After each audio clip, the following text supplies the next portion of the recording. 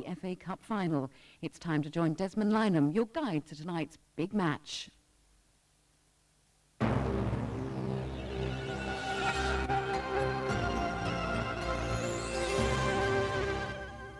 Tonight we can guarantee that somebody will win the cup. If Crystal Palace and Manchester United are still level after extra time tonight, then for the first time in the history of the competition, and whether they like it or not, there will be a penalty shootout.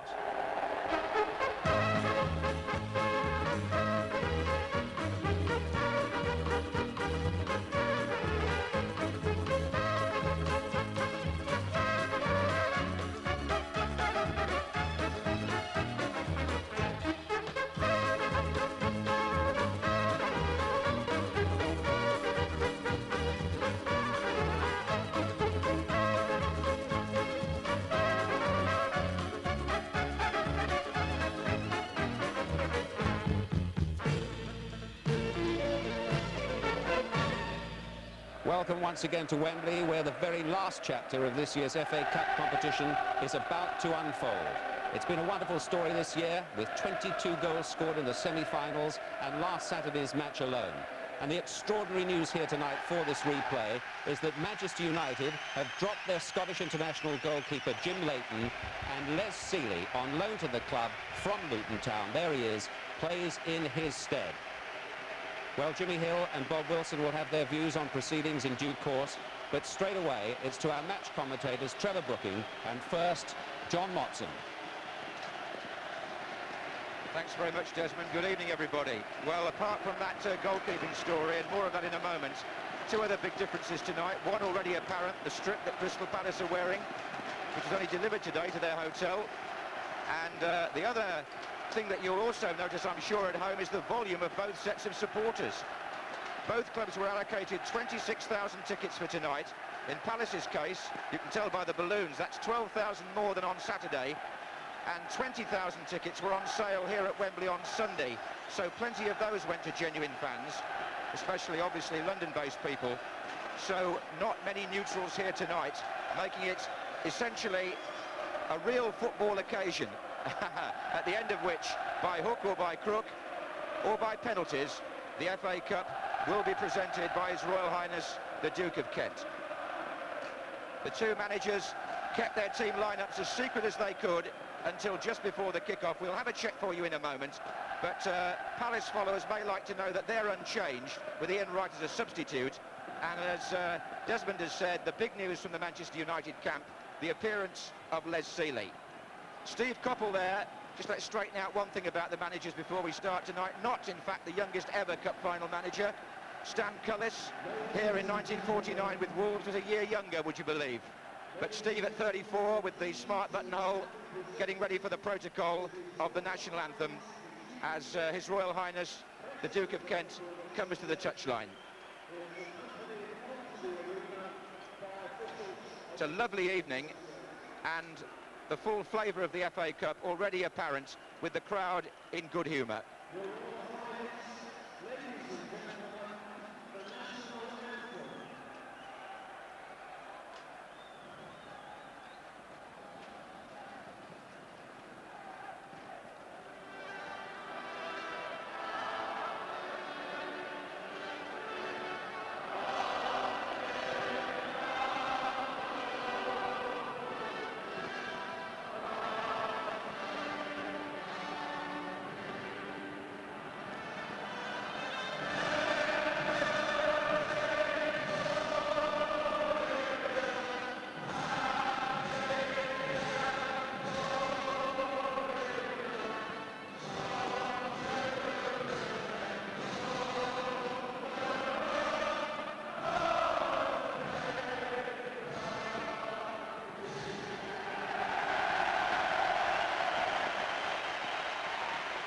So, the introductions about to take place, and as Crystal Palace are presented to His Royal Highness, who are quite familiar with them by now, as Jeff Thomas goes down the line. Trevor Brooking's with me again, and it gives me a chance, Trevor, just to ask you your thoughts. We'll have a check in a moment on the lineups, but the talk around Wembley is about the goalkeeper on the other side of Manchester United, but Palace is keeping it the same. Well, Crystal Palace, first of all, a little bit disappointed Ian Wright perhaps isn't going to start the game. I can understand perhaps why, because, you know, perhaps in the first 20 minutes of a cup final, everything's a bit frantic. There's a few lively tackles flying about, and perhaps Steve Coppell was a bit concerned that he could get a knock on that fracture that he's had a couple of times this season. So decided to keep things tight, as they have been, and obviously we didn't want to unsettle the midfield area. Richard Shaw did an excellent job marking Neil Webb, and if he had to play Ian Wright, it would have meant Richard Shaw playing left back and losing a midfield player. So he's going to stick to the same tactics. And there's Manchester United going down the line. Brian Robson has done that a few times, hasn't he? And Alex Ferguson there shaking hands, probably just at the back of his mind, just wondering how that goalkeeping decision might go this evening. The officials are still the same from Saturday, by the way. It's Alan Gunn of Sussex in the middle. Kept the game flowing well, I thought. And his two linesmen, Colin Reeve of Norfolk and Larry Watson from Coventry, with the reserve official, Roger Milford from Gloucestershire.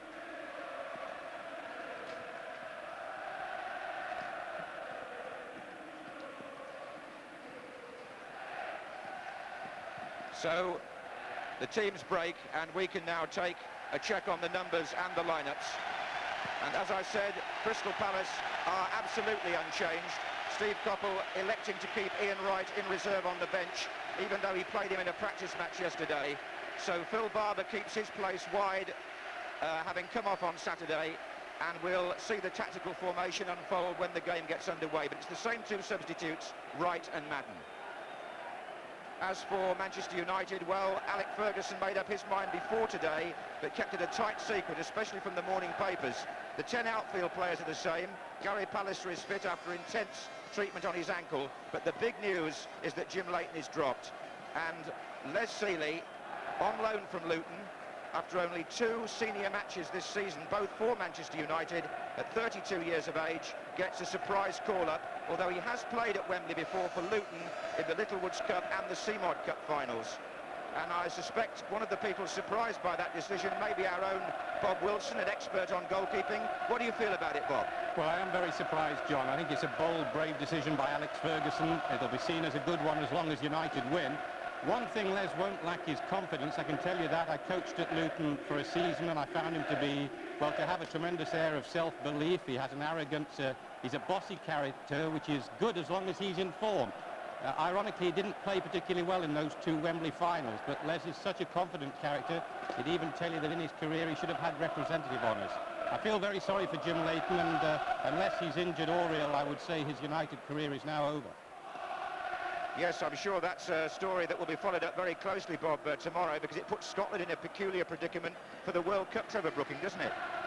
Well, that's the first thing that crossed my mind as well, apart from the news of tonight, the Scotland goalkeeping situation. Brian Gunn, of course, played last night, but it was a disappointing result for them, and it does throw it wide open. Andy Gorham, I suppose, for Vernian, the most likely, perhaps, now to be in line to take over. But tonight, Les Sealey, I suppose, a night of the East Enders, isn't it? Because Les is a real East End lad, and perhaps Alex Ferguson decided it might be a lucky mascot. But as Bob said, he doesn't lack in confidence, and really it's a case now of what drama, mistakes and goals we're going to get this evening after the incidents that we've had in previous rounds.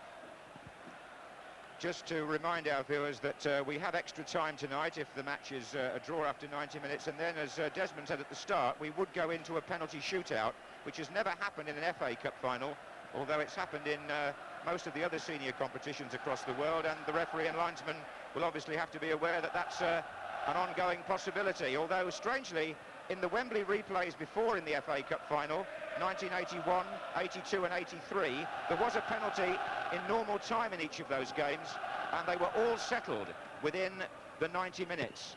Brian Robson, coming up to the centre, will remember the last one, 1984, 83, the replay between Manchester United and Brighton, which Manchester United won 4-0 and Brian scored 2 goals.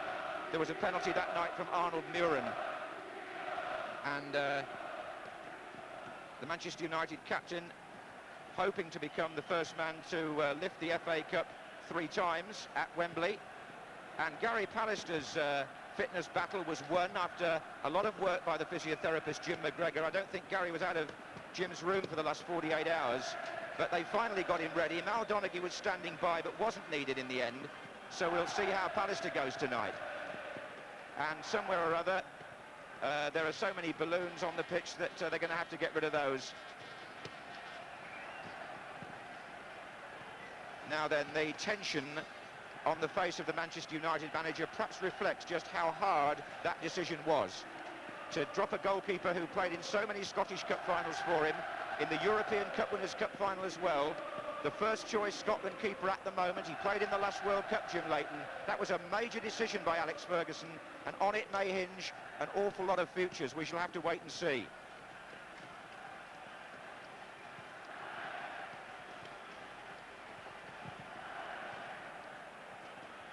Well, one of the spectators tonight at the age of 80, nearly 81 in fact, Sir Matt himself, who was born in the year that Manchester United first won the FA Cup, 1909, and has had some great years associated with the Old Trafford club.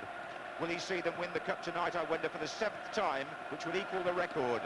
Or are Crystal Palace going to put their name on the trophy for the first time in their history? Do you see, Trevor, any great tactical implications tonight compared to Saturday? I would think both sides will start off exactly the same. I think from Crystal Palace's point of view, Mark Bright was a little bit isolated in that first half. Of course, he's used to playing with his old partner Ian Wright, and I think they didn't really join him enough, and they got their goal from a set piece, and their free play, there he is, clapping hands, probably thinking to himself, I hope I do get a bit more support, because I think he will depend on that, as they haven't selected right from the off. Yes, I was talking to Mark Bright at the hotel last night. He was very disappointed in his own performance, actually, as was Andy Gray. They're hoping to do better tonight, but Manchester United in red and white have kicked off and are playing from right to left in the first half. And immediately Richard Shaw pushes in on Neil Webb, and Solarco picks up McClare. That was how it was on Saturday. This is Steve Bruce, and there goes Mark Hughes. Andy Thorne was with him.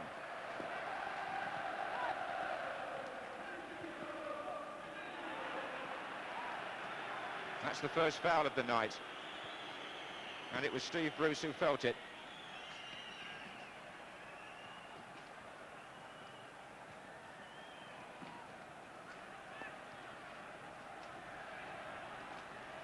Bruce again. Offside, was he, Hughes?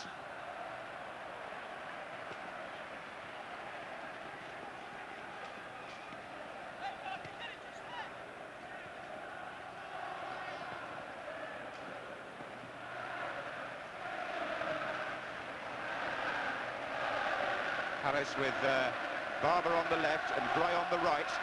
Normal formation there.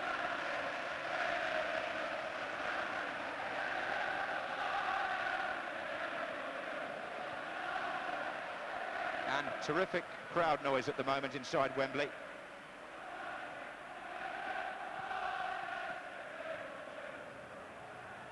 That header was by Pallister. This is Shaw. Now O'Reilly.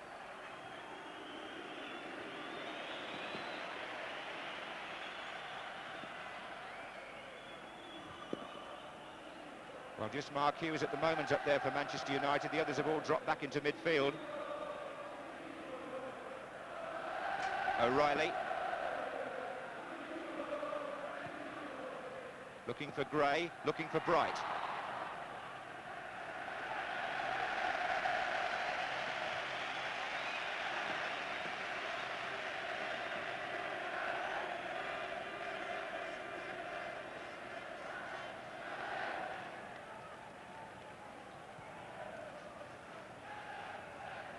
Header there was by Jeff Thomas.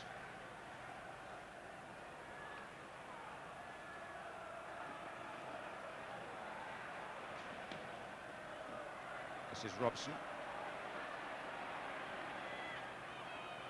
It's Pardew trying to close him down. This is Bruce. Hughes had a fine match on Saturday. Barber.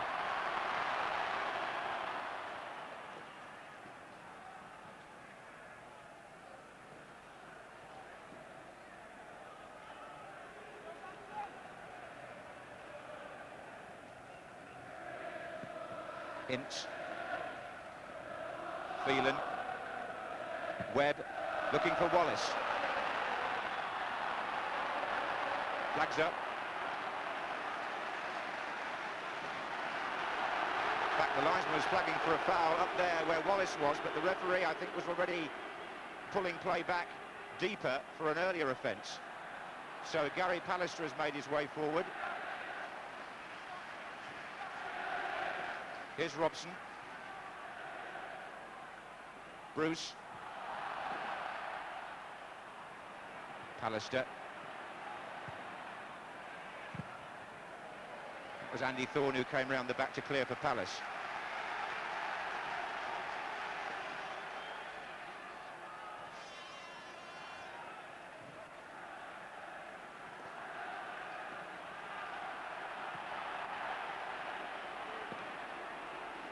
Gray's back there defending.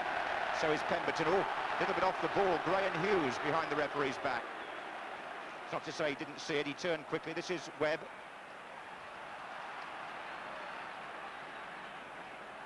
Phelan. Flags up again. What's happening is John Pemberton has gone over to that side to mark Danny Wallace, and he seems to be getting tangled up with him, Trevor. That was a little spillover from the first incident when Neil Webb was fouled Richard Shaw. Another foul took place out on the touchline, and just before Michael Phelan played the ball up to him, Danny Wallace shoved John Pemberton out the way, and linesman eagle-eyed was watching the pairing, and that's why he got a free kick. Thomas, Webb, Pardew, Shaw, blocked by Robson.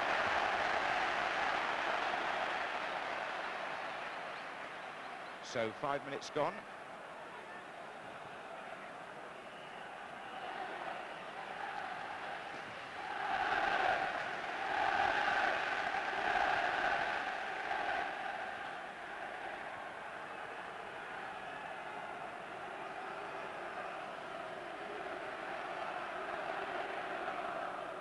Wright's there, so is Barber. Pardew closing in, and so is Mark Wright. And that's the first test for Les Sealey, and the United players are furious. It was a rough and tumble challenge, and I suspect it'll mean a booking.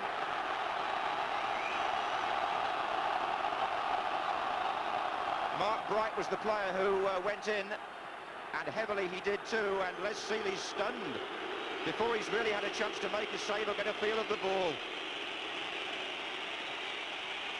It's a booking for Mark Bright. Yellow card. Trevor. Well, quite right. There was never any danger he was going to get the ball. And as you see, as the ball comes across, Les Sealey really, with his first cross, looking to deal with it comfortably, and really went up with his feet and his hands. And to be fair, when you get a new goalkeeper, especially on a cup final replay like this, usually the manager and the players think to themselves, well, just test him out early on. But I think Mark Bright just reacted a little bit there, and quite rightly ends up in the book early on as well. I think Matt Busby winced a bit. Years ago in the cup final, United had two goalkeepers injured, Ray Wood and Harry Gregg, back in the 50s. But fortunately, Sealey seems to be okay. That's Robson. Here's Lee Martin, number 3, left back. But that's not a bad ball at all for Brian McClare. Across the field. He was waiting. Oh, and well taken out by Gary O'Reilly. Wallace was also waiting to pounce. Here's Andy Gray. Bright's through the middle. Pardew just inside. There's Bright. Pallister.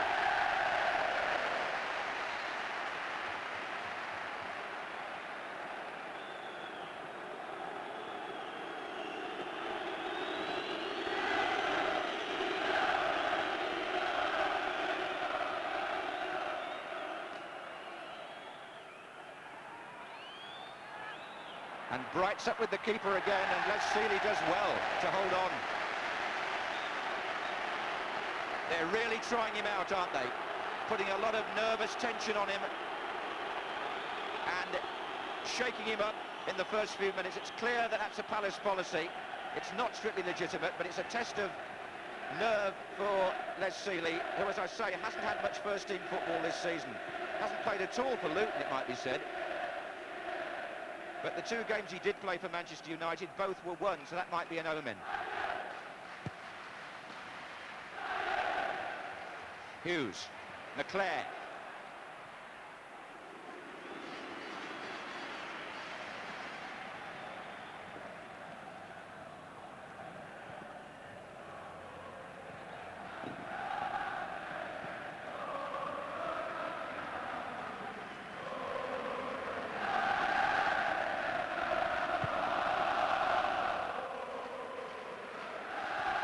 Lee Martin's header, then Pardew, then O'Reilly.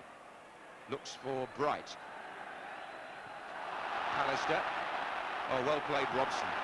Really dug in there, Brian Robson. It was the long ball again from Martin.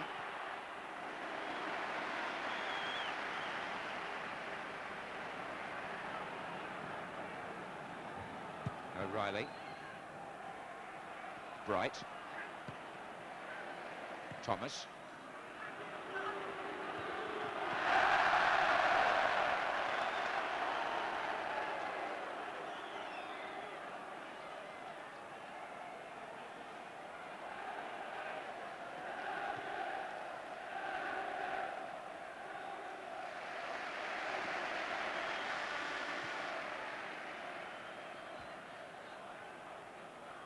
Here's Paul Ince in midfield for Manchester United, number 2. Sulako's challenge. Well, the tackles are flying in a bit, Trevor, aren't they? Well, Steve Coppell might have left Ian Wright for that point, but in fact most of the tackles have come from Crystal Palace and the free kicks to Manchester United. And I think Manchester United have started much more positively. What, they're only playing 10 minutes, but on Saturday I thought it was quite a lethargic start by them. But they have sort of, Ryan Robson has set the tone, hasn't he, himself, with 2 or 3 crunching tackles. But they look a little bit more confident, where Crystal Palace, especially at the back, they've put a lot of balls back to the goalkeeper and not really confident. And it's a nasty little atmosphere developing at the moment. Yes, there are 1 or 2 vendettas building up. Pardew was spoken to by the referee. Thomas seemed to throw the ball against somebody's face. And Brian McClair made a protest earlier about the challenge, which really started it all and gave the free kick away. They're trying to shake United up. Bruce and Pallister are waiting for the set piece. 4 and 6.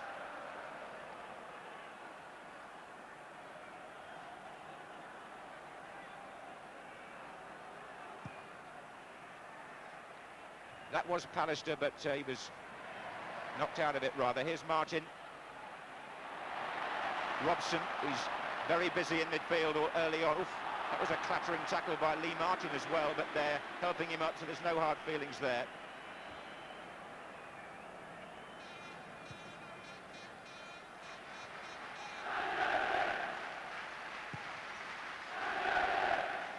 Driven long there by Shaw.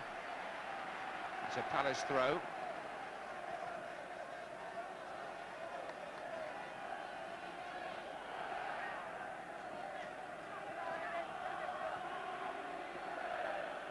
Andy Gray to take the long throw.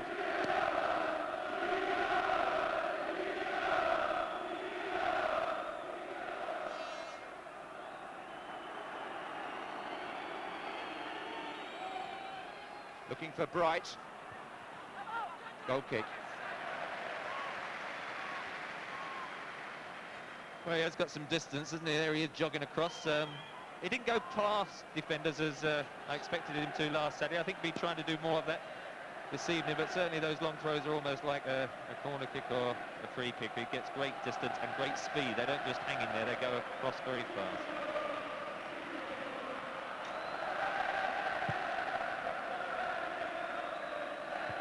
That was Sulako marking McClair.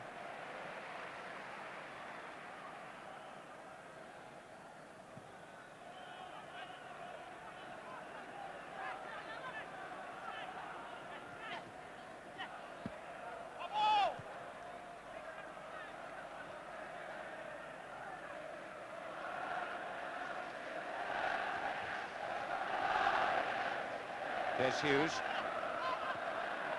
Webb getting involved. Bright. Thomas and Pardew breaking from midfield here. Michael Phelan got a foot in. Free kick to Palace.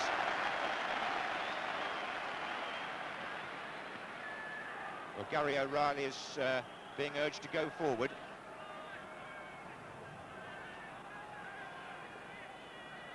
Bright is in there too.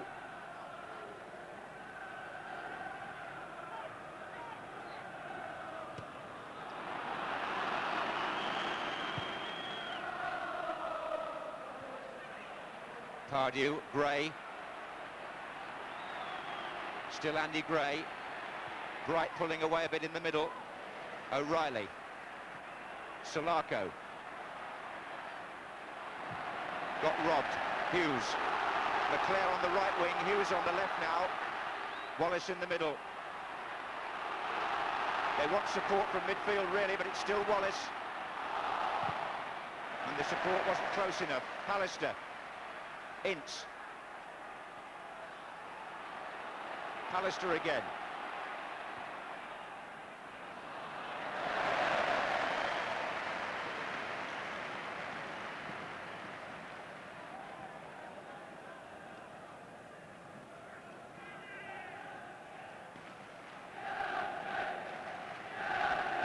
This is O'Reilly.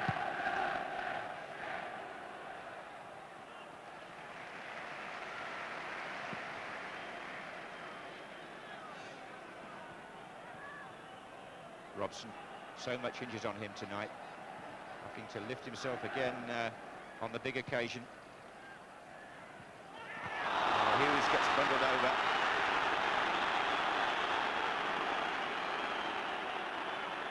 It was Andy Thorne, I think, wasn't it? Alec Ferguson's very unhappy about these tackles, Trevor. Well, it was another bad tackle, certainly being spoken to quite rightly, Andy Thorne, because it's the classic from behind through the legs, isn't it? I mean, the ball's played up to Mark Hughes, it's dropped in front of him. Here it is, Stevie Bruce drops it in. Mark Hughes comes to collect. There's no way through for the defender to get a touch with the ball without chopping the legs first. And that's what he promptly did. And for me, lucky to get away without being booked. And another one I'm sure he will be in. I don't think Steve Coppell would have approved really of that sort of challenge. It's been fairly stormy this opening period in that respect. This is a free kick now to be taken for United. Away by Pemberton. Martin. Bruce.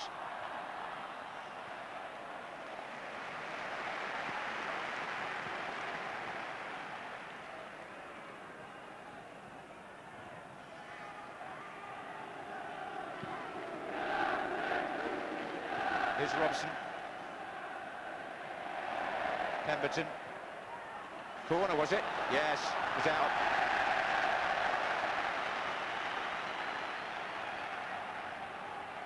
It's just an indication of this little bit of extra nervousness in their play this evening, Crystal Palace. That was a straightforward back pass, which John couldn't put out. Well, McClare's nearly on the line. Pallister's hoping to flick it on, and there is Pallister, in fact. Off Webb. Most unusual ricochet, but I don't think it would have mattered. The linesman was flagging for offside, I think. He had a ricochet on Saturday that was quite significant, wasn't it? Mark Hughes' goal, and nearly another one there. I think Neil Webb's actually a player on whom many eyes are focused for more reasons than one. Bobby Robson announces the squad on Monday for the World Cup, and he'll be hoping to be in the 22, but has still got a bit of fitness to prove.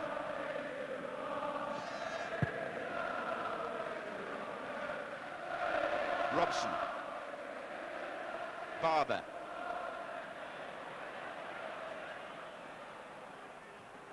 Forward by Pardew. Pallister with Bright. Lee Martin. Ince.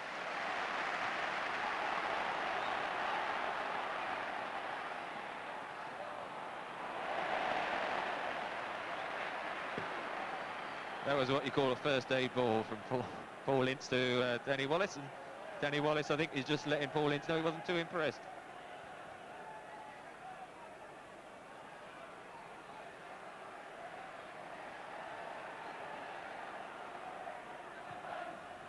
This is Wallace again.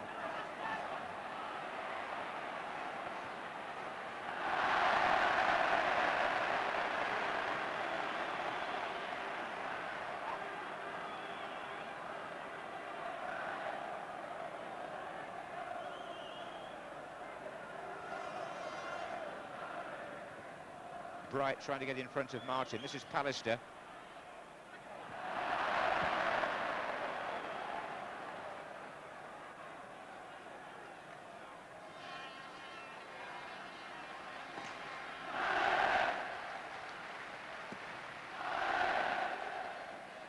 Thorne.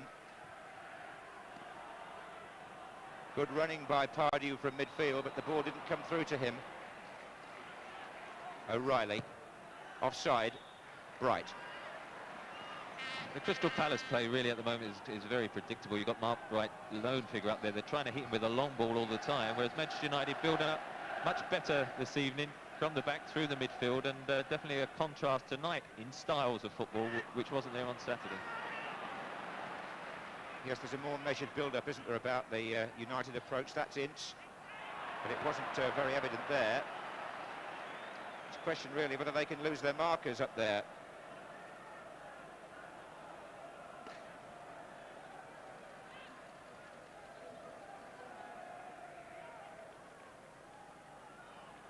There's Bright to Gray. There was a late challenge there. Free kick. Bright was fouled by Steve Bruce.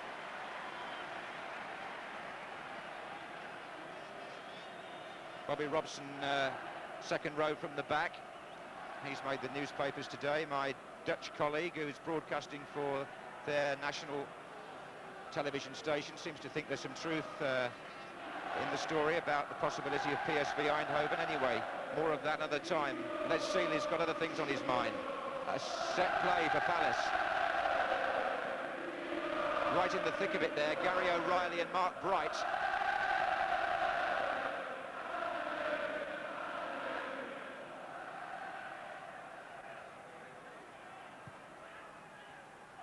And Bright's there with Pallister. This is Pardew. Gray. O'Reilly's still forward. Martin. That's good defending.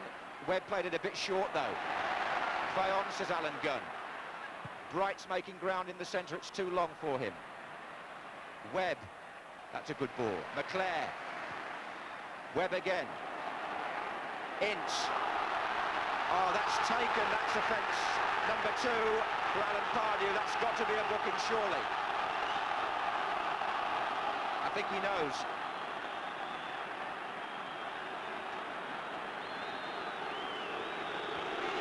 Quite right as well. There was no question. Paul Ince had skipped, as you see, just toes it past the tackle, tries to ride it. Not able to ride that one. That was what, knee high, quite rightly, second Palace man in the book.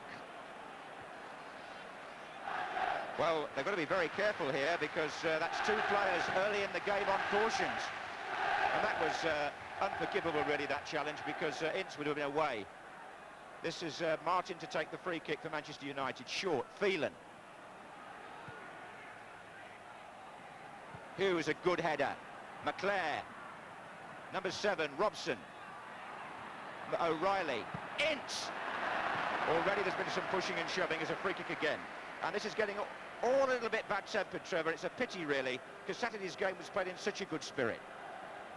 Well, there Gary O'Reilly just saying Mark Hughes, which he did. He came in late there. But to be fair, most of this opening period, it's been Crystal Palace trying to play their spoiling tactics. They've got that extra man in midfield, which is sure marking Neil Webb. And Manchester United decided to try and play it through the midfield this evening. And bring Crystal Palace out, and they're playing very well at the moment, and I think Crystal Palace getting frustrated because they can't seem to get forward at all themselves.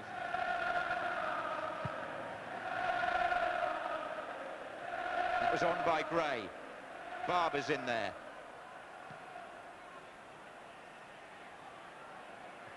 Pemberton. Gray. Bright. Salako coming in far side, so is Barber. There is Barber. Both the midfield players are in there as well, Thomas and Pardew. That was Thomas. This is Salako. Sealey makes his first good save.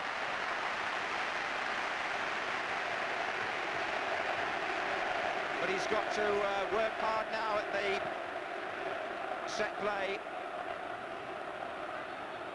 It's a corner kick.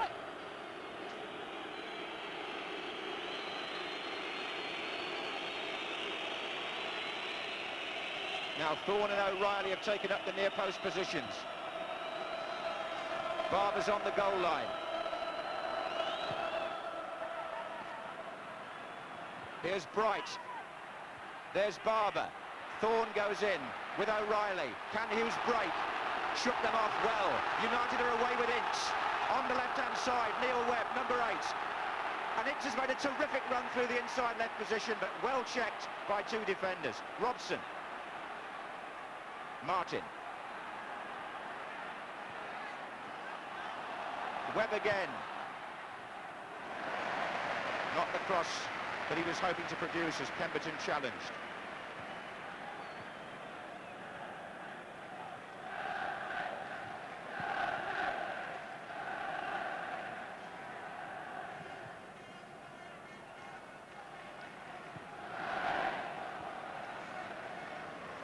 Well,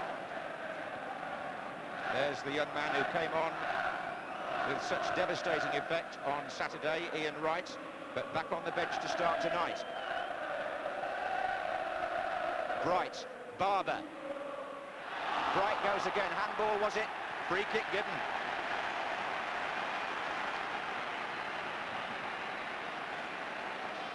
Now there's danger here.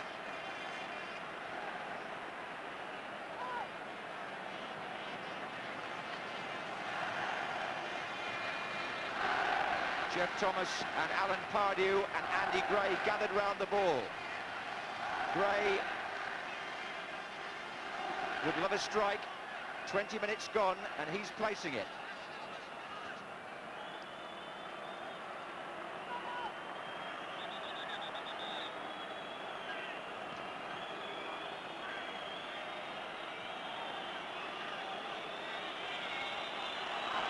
This is all part of the ploy by Crystal Palace to delay the free kick being taken.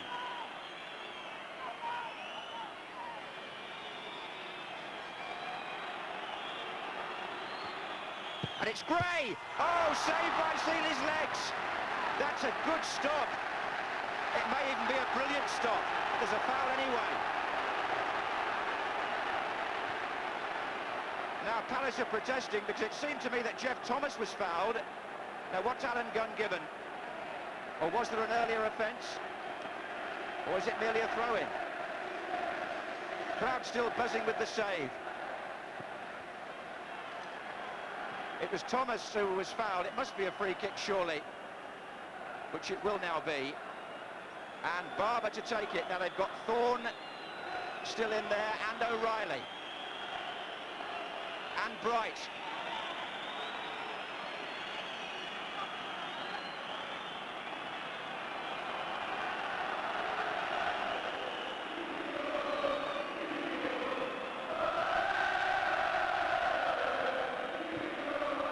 And Bright gets to the back post, that's out, goal kick. And I think we can now praise Les Seeley, Trevor, for a fine save from Andy Gray. It was a particularly good save. It's an awful wall which goes through the gap, and really it was very fortunate for Manchester United. It was almost straight at Les Seeley. He fell on it well. It bounced off his knees more than anything, his shins, but he wouldn't have seen it because they had 6 in the wall, but it came right through the middle, and there'll be questions asked at half-time about that one. Well, the wall was awful, wasn't it? The ball went clean through, as you said. Here's Pardew.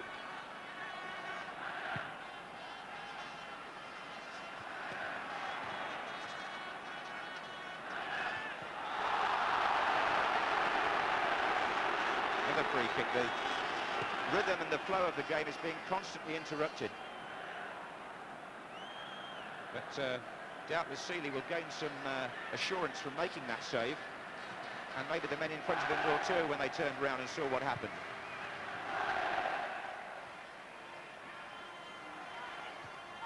Oh, there's some pushing and shoving off the ball again there. It's with Webb at the moment, though. Well, Gray's come across to complain to the linesman because he's been involved in a scuffle with one of the defenders, all going on off the ball. And the referee needs eyes in his head at the moment. The back of his head, I should say, as well as in the front. But I think he works for an optical firm, Alan Gunn, so there'll be no problem there.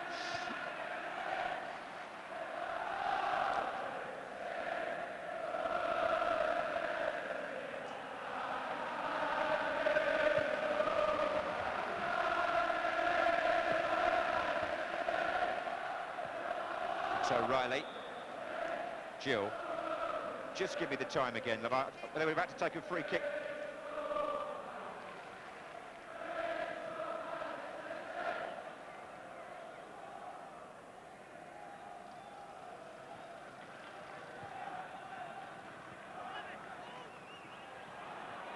Shaw.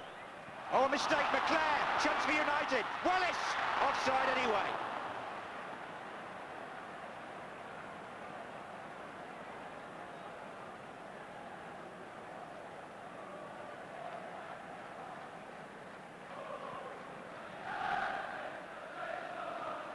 Well, that was McClair sliding it in and Wallace putting it wide.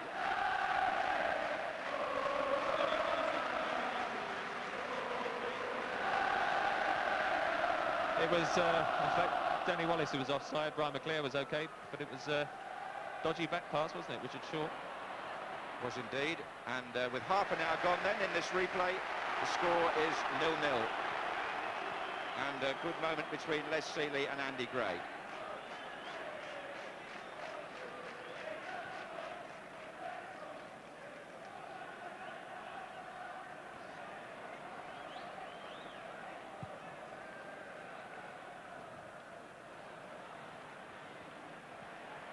Martin.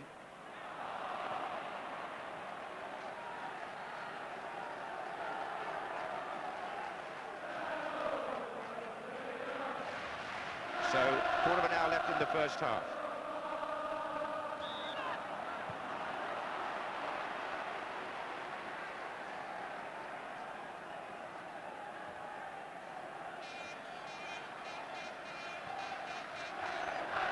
Free kick then to United. Pallister and Bruce are forward.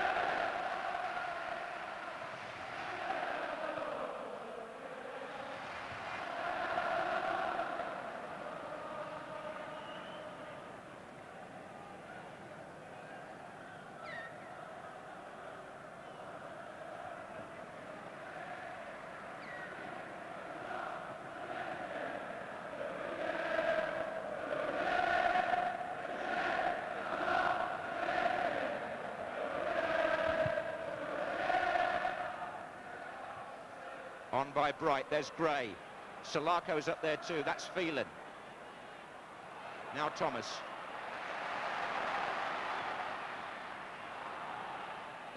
O'Reilly. Still all a bit disjointed. Sulako, Thomas, Ince, Robson, Shaw. Thomas to Barber. Break for Palace maybe. Bright through the centre.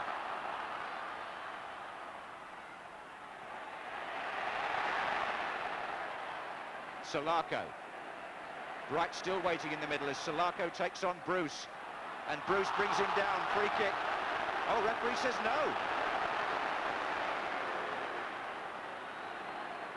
Play on, said Alan Gunn.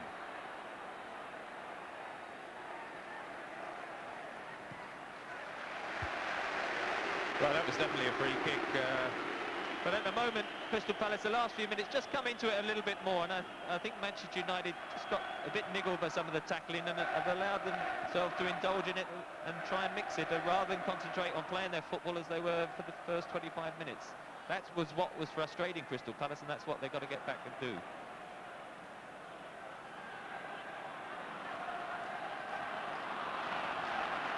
Here's Bruce. Robson.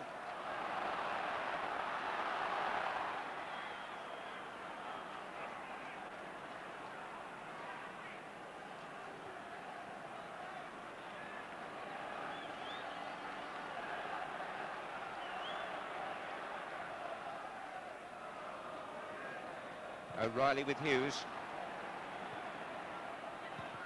Lee Martin. And again. Flags up for offside. Really, the free kicks have got in the way of this first half, I have to say. Free kicks, some tackles, and also a few offsides creeping in now. You know, players are experienced enough. Crystal Palace in particular do play an offside game, and Manchester United have got to make sure that the front lads in particular do come out and don't get caught.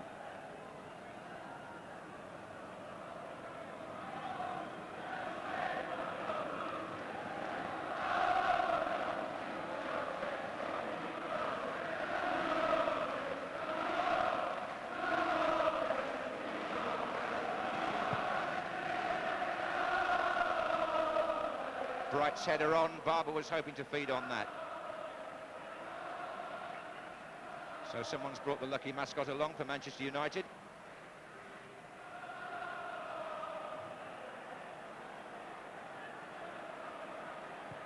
Forward by Bruce. There goes Hughes, pursued by O'Reilly. Wallace is on the far side. There are others coming up fast. If Hughes can keep his feet. He's tried to find Brian Robson. Andy Gray got back. Here's Bright with Pallister. Good interception. Bruce.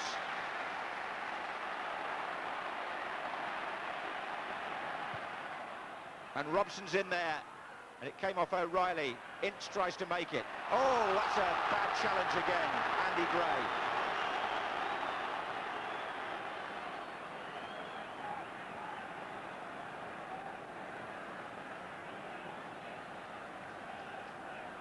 Well, Alan Gunn certainly got a harder game on his hands here than he had on Saturday.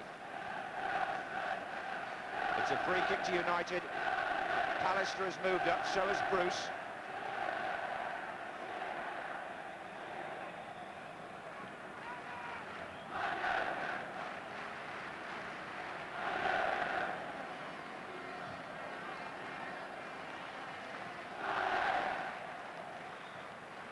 Still Pallister and Bruce. Wait, Webb drove it! Oh, so close from Neil Webb. That came with 10 minutes left in the first half, and it was a good effort from the England player. Trevor. That was a great free kick right over the wall, and there's a few the other side, possibly even on the bench, who might momentarily have thought they'd gone in the net, but it was a good kick, and certainly if it had crept in that near post, Nigel Martyn wouldn't have stood a chance really, because he, quite rightly, he's covering the other side of the goal, and it was perfectly flighted just over the top of the wall. So it's still 0-0 in this close cup final. Pallister, Ince. Well, United really are trying to play a bit tonight. They've got Webb going to the right now, being pursued by Richard Shaw, but they need support in the middle. And who's there? Brian Robson, of all people, of course, hooking it back in. Hughes couldn't make it. Amazing how Robson gets in there ahead of the strikers. McClair. Webb. Hughes. Well, the ground that Robson made there, Trevor, so typical. Well, his best move, really, of the match so far. Great ball from Paul Ince midfield. He found Neil Webb, who whipped in a really good early cross, which beat everyone, really, as the defence is still coming back into the penalty area. And Brian Robson did get into that gap, got really an unkind bounce. It's one of those, when it's coming across, it bounced chest high, so he couldn't really get it under control in time.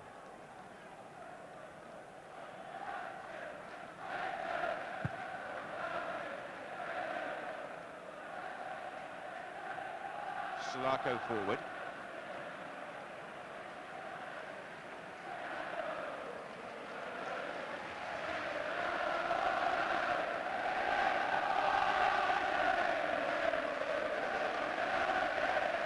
Bruce.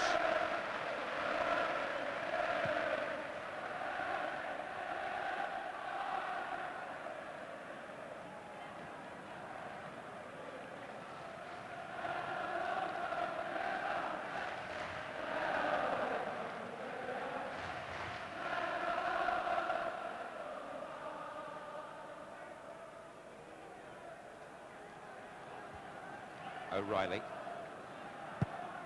Bright and Gray making the runs here. Martin. Webb. Oh, good challenge by Pardew. Bright. Gray. Ball's gone. There was a foul. There was a foul.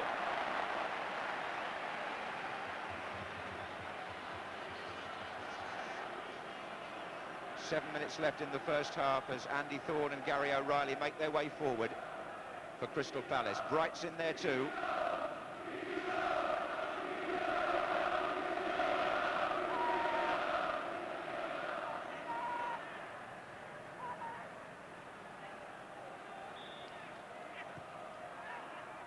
that will be too far ahead of Thomas and Pardew. That's a Palace free kick that didn't work at all.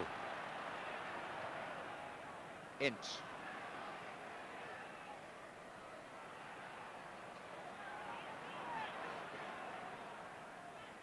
Webb. Pallister.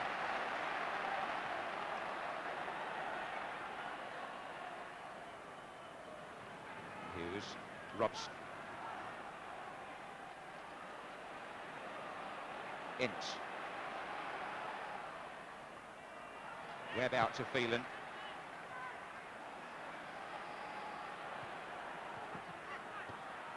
Here he is again.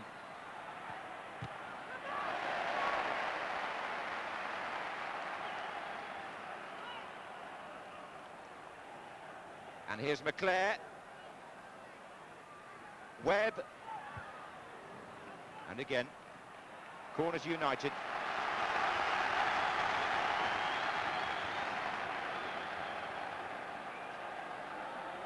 So there goes Pallister and Bruce again.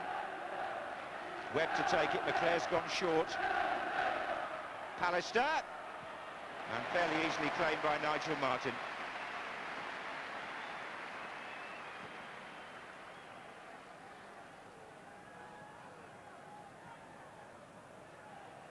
So 5 minutes left in the first half here in this FA Cup final at Wembley.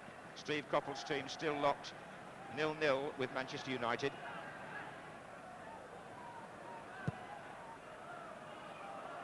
And here's Bright, and Gray's run on. Robson is the man who's got back. And he gets a free kick. Fouled by Bright.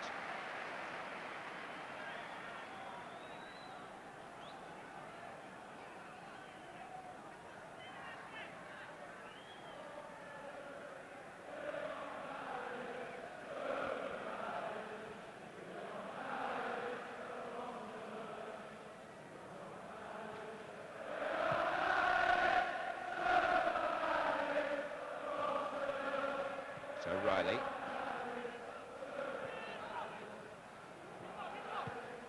Forward by Bruce.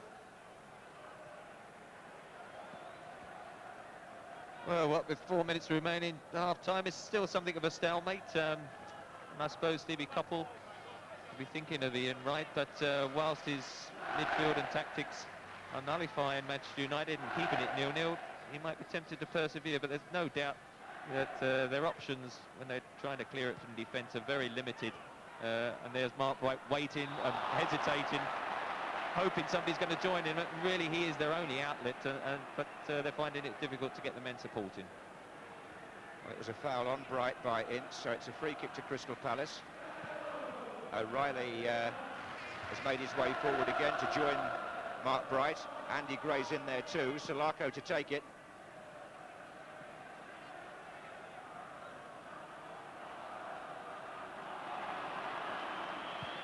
Trying to hold the offside. There's O'Reilly, away by Martyn. This is Pemberton. And Martyn again, that wasn't what he intended. Oh, neither was... Oh, let's have it back then. Neil Webb playing a 1-2 off Mark Bright, I think. Brian Robson.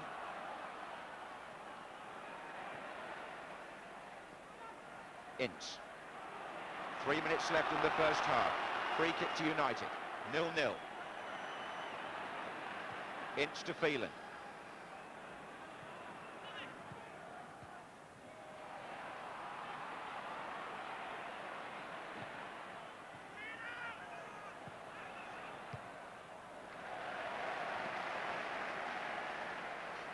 Well, Phil Barber was taking no chances there. It's a throw into United.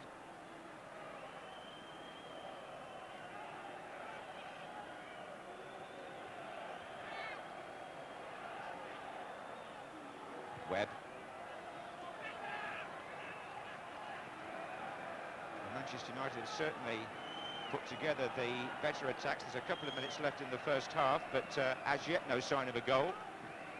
It's Neil Webb with the throw. McClare's in there and so is Ince. Did that go out for a corner? No, apparently not.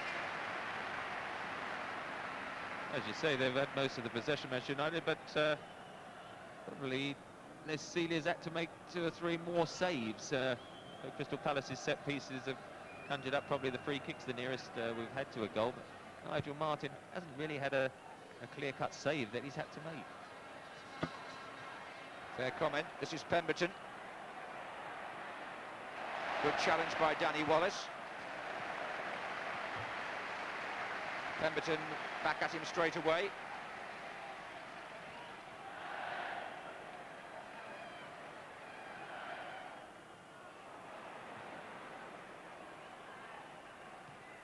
Into the last minute of the first half then. Bruce.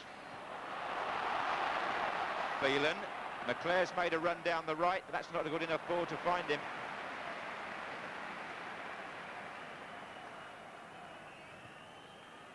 McClare. Corner given. Right at the end of the first half.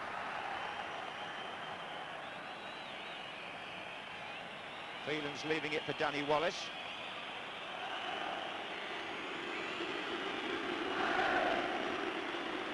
Alistair is well forward.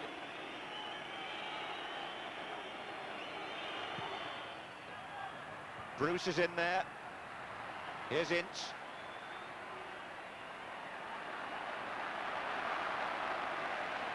Good play by Paul Ince. Tries to put McClare in.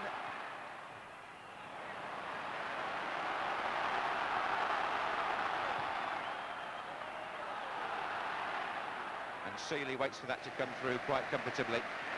He's been fairly well protected. And we're into time added on for stoppages at the end of the first half. And it's Paul Ince who's down. And there will be a moment's delay because the Manchester United physio is on the pitch. So it's a chance perhaps for you just to add to your half-time summary, Trevor, and tell us whether you see any change in pattern in the second half. I'd be a bit concerned about Paul Ince because I think he's probably been one of the better players on display tonight. They worked very hard. Good through ball just now. Seems to be something around the ankle area, and he's just coming up to half-time. We've given him time to recover. But Manchester United, as I say, have had more possession. They built through the midfield. There's Stevie Cotwell making his notes. Made plenty on Saturday, but at the moment, I could only see Crystal Palace scoring really from a free kick, corner kick, or one of Andy Gray's long throws, because their general play are finding it difficult, as I say, to join Mark Wright. So it's a case of whether Manchester United, if things continue in the second half, can get that breakthrough, or whether Stevie Cotwell decides to open things up a little bit and bring his extra striker Ian Wright on. Well, he seems to be enjoying himself. We're well into stoppage time at the end of the first half, and there'll be a bit more now for the injury to Paul Ince.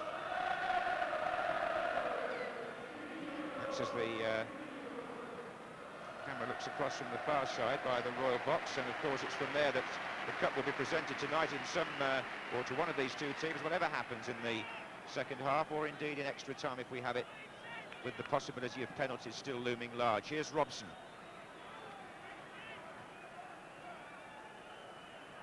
And Ince is not happy at all. He's hobbling, which might be a blow for Manchester United. He'll be glad to get back to the dressing room, I would think. If that's any sign.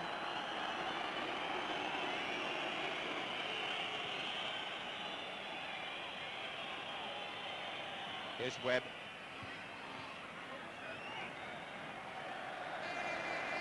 And Alan Gunn blows to bring the first half to a close. Not a particularly memorable one, I have to say. Very few scoring opportunities, if any. Alec Ferguson saw his goalkeeper make one save from the free kick by Andy Gray as the ball came through the wall, which would be a relief to Les Celia, who seems to be quite happy and has shown good temperament. But the two teams still cannot be parted at this stage of the FA Cup final replay. At half-time, the score is Crystal Palace 0, Manchester United 0. Well, clearly the selection of Les Celia and his performance, the feature of that first half, and we'll come to that in a minute or two. But what was your overview of that first half, Jim? A bit more bite to it than Saturday, wasn't there?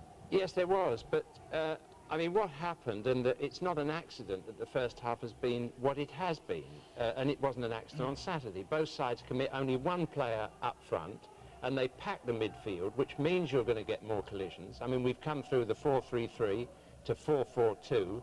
Now we're 4-5-1. You know, and I know managers would argue that when they get the ball, a team's intentions to attack means that they can push the whole lot up. But that's not what's happening.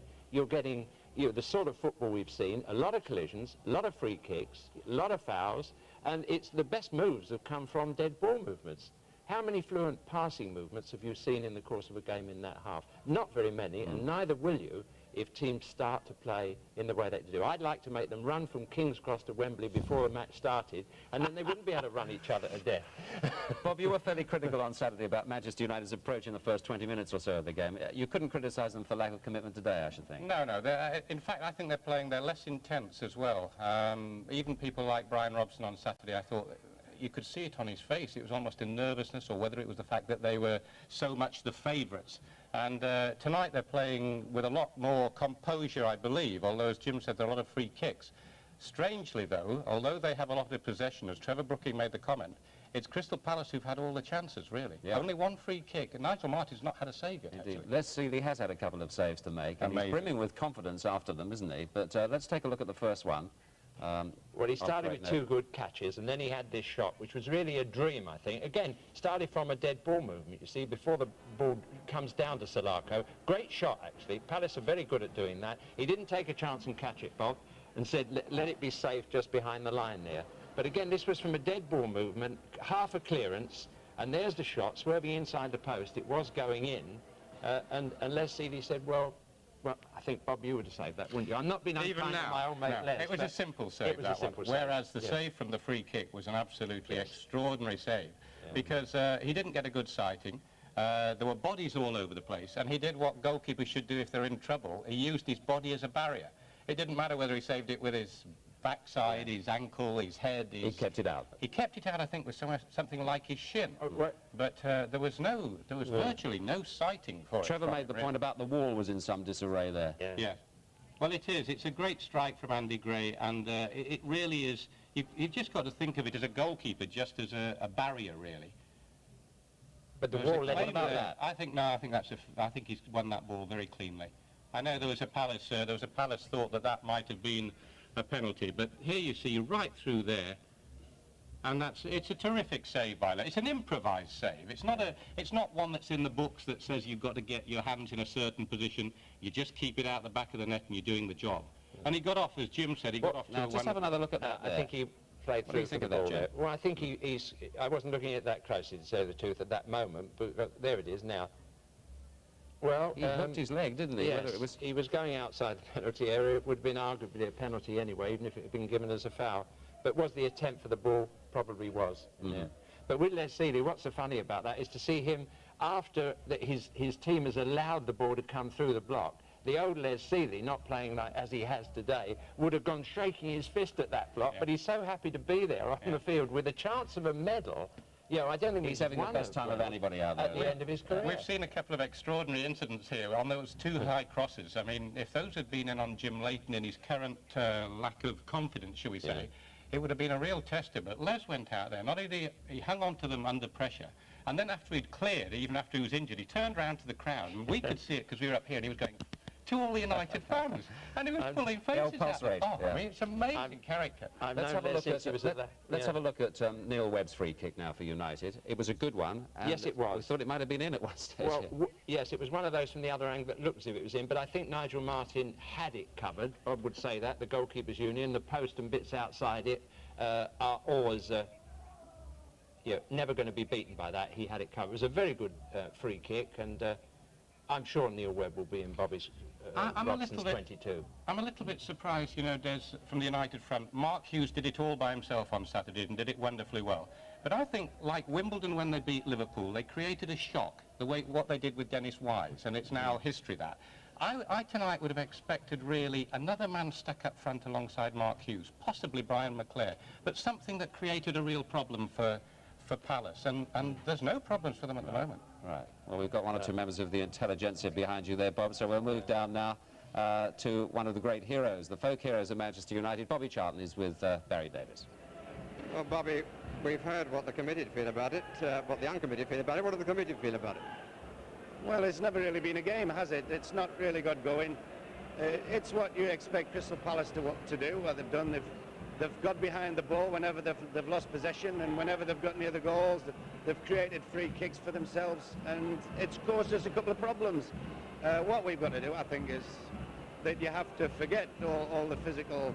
If there's anything physical that you're complaining about, which they shouldn't really complain about, they should get on with it.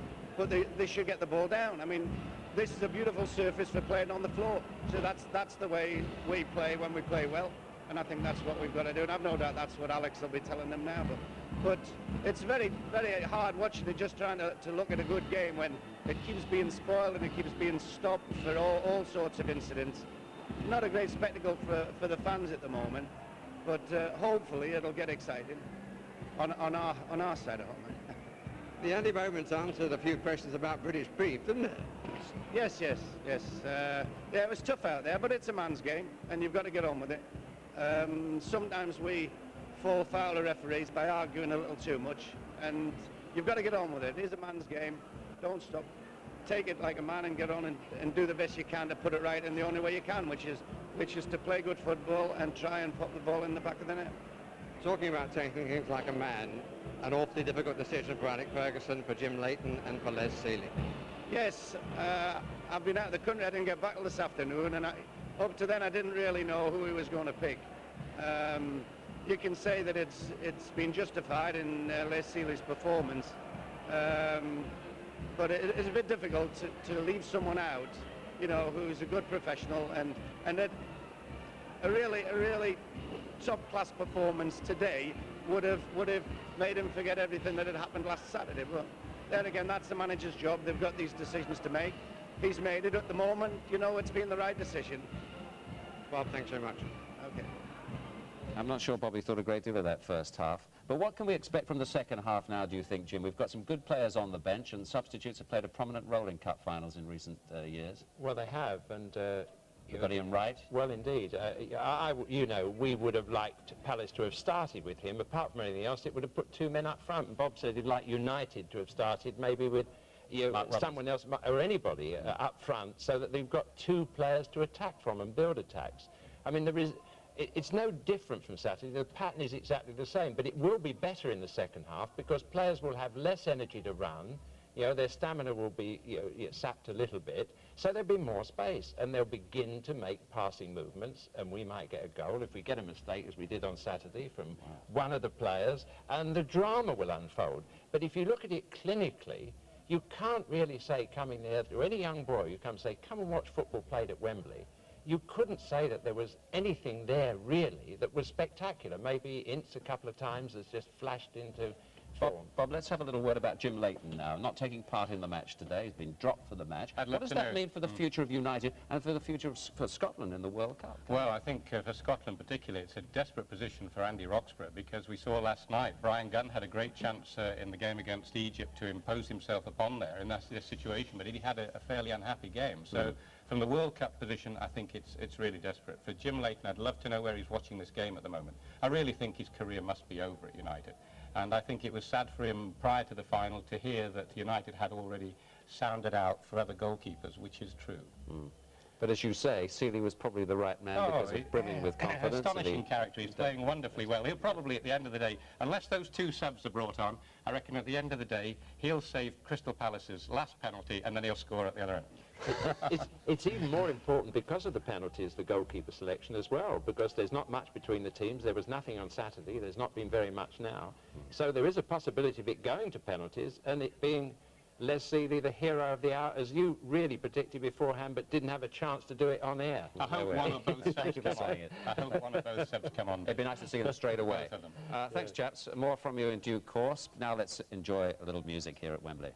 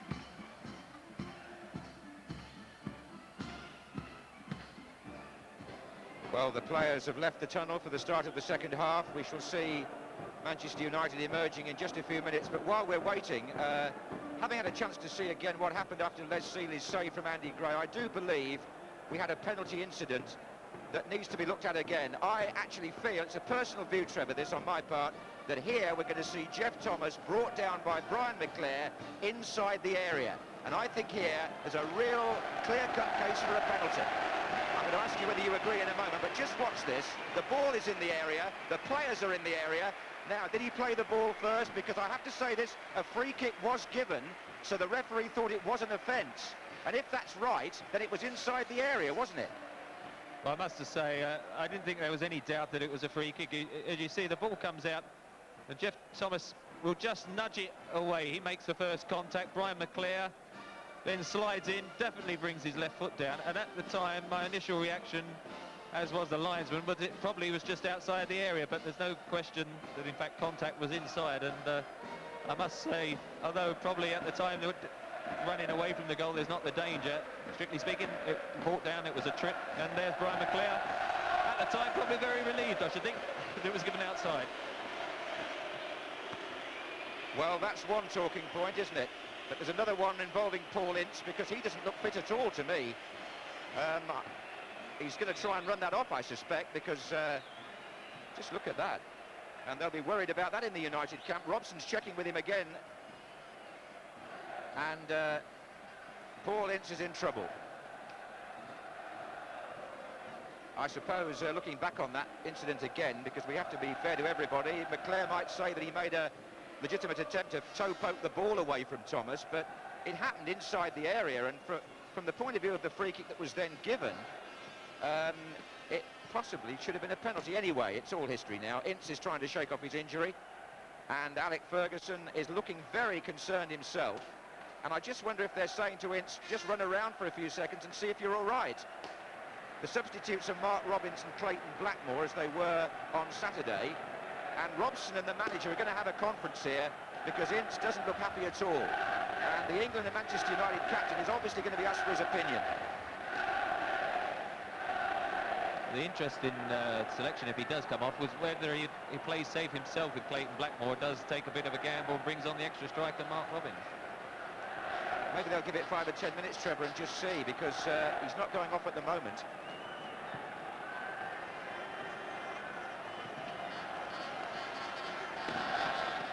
So at the start of the second half, there's no score in the FA Cup final replay at Wembley, and Crystal Palace are playing now from right to left, and this is Lee Martin.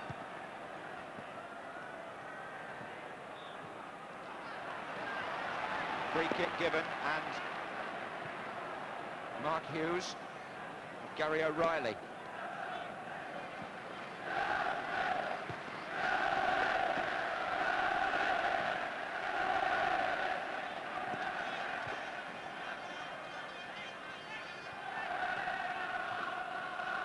Hughes is all right again. Bruce is making his way forward. Driven along towards Hughes. He's trying to hold it up and turn. And bundled over, my word. This is Wallace.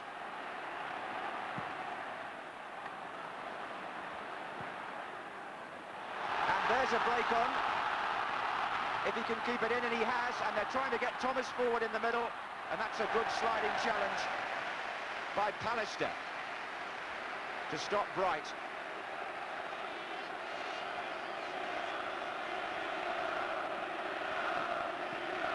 So it's a corner to Palace at the beginning of the second half, and Thorne and O'Reilly make their way towards the near post. Gray's in there as well.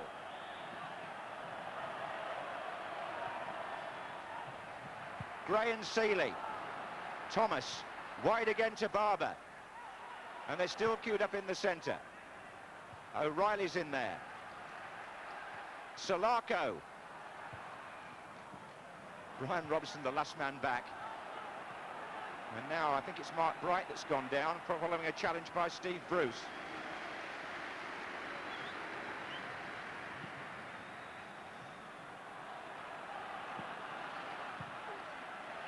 Well, it's all rather hectic. helter-skelter stuff, and Steve Coppell's team still sticking to their original tactics. As the United fans try to lift their side, Webb is still being shadowed by Richard Shaw. There's no change in that. Salako still playing left back on Leclerc.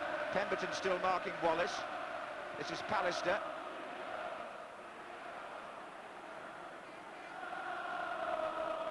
Again, as he's bringing it through, quite right, Gary Pallister, but as we're making the point with just Mark Hughes there, it's a little bit predictable as well.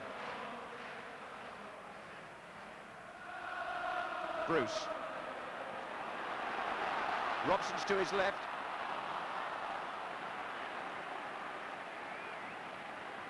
Well, maybe it'll be a defensive player that finally breaks through, because the lone strikers are pretty well marked, as Jimmy Hill said.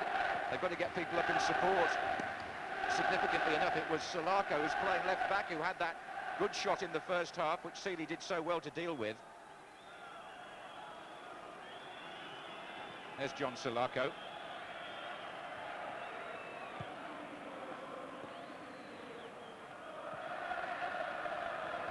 Here's Bright.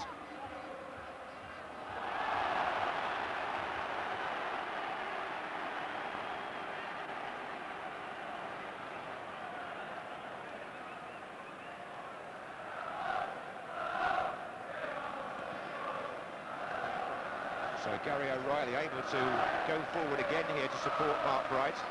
In the thick of it in the centre there, you can see the two of them. Bright makes the first run, tries to get free, and does. Barber's coming in behind him, and the corner conceded by Michael Phelan.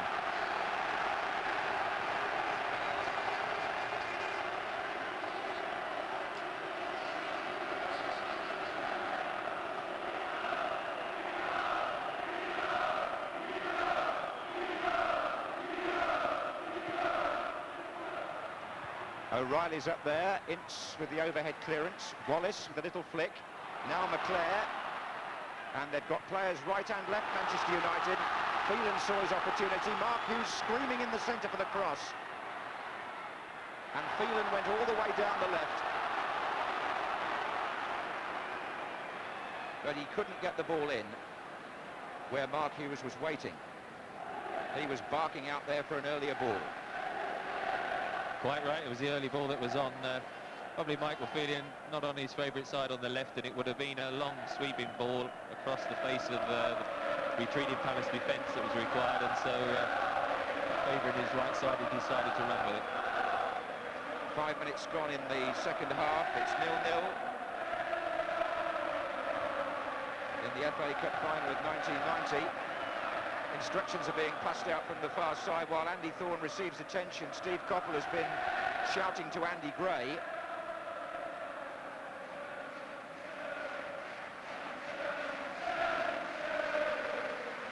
As you can see, that's a little bit of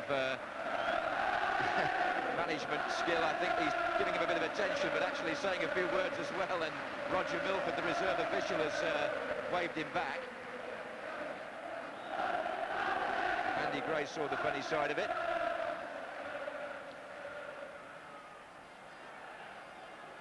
So we're back in play here.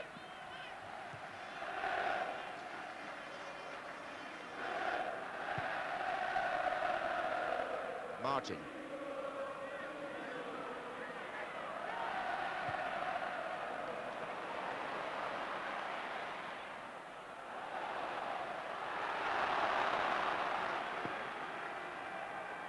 Bruce.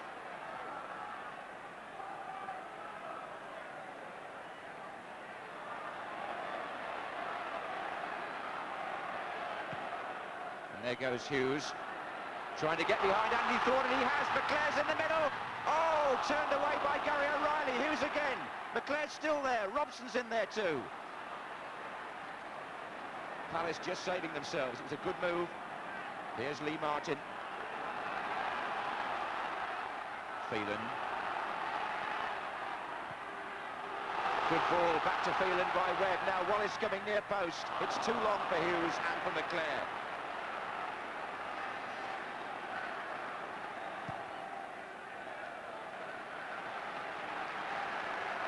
Two occasions there where Manchester United managed to get behind Crystal Palace. The first one, Mark Hughes, good ball across the face of the goal. Gary Riley did very well to hook it away. Could easily have sliced it or bobbled it back into his own net. And the second one, Michael Phelan did all the hard work, but hit the cross far too hard. Few supporters enjoying the game there. Yes, the disabled enclosure part of the Wembley scene at the moment, and that's good to see in this all-seater stadium with its new 80,000 capacity.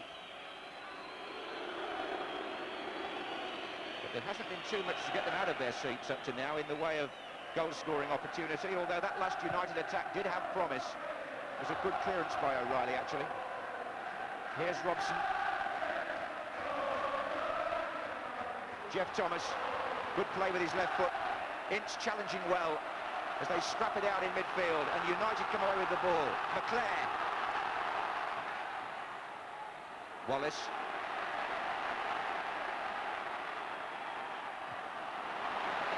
Bruce. Alistair. Webb. This is Ince. And Robson's made a good through run. It's still Ince. He's trying to find a better angle. Wallace. Signs that Ince is back at full pace. Phelan. Oh, well, the linesman's flag. It's still Phelan, though. There was a foul, a bad foul, actually, when the ball had gone, but the referee played an advantage. United are protesting about that. I think it might have been Salako who brought him down. It's Danny Wallace. And Brian Robson's angry and Ince is angry because they think the free kick should have been given. But the linesman said foul. Alan Gunn saw that United still had Phelan in possession and wanted to play on an advantage. That's the reason for the argument.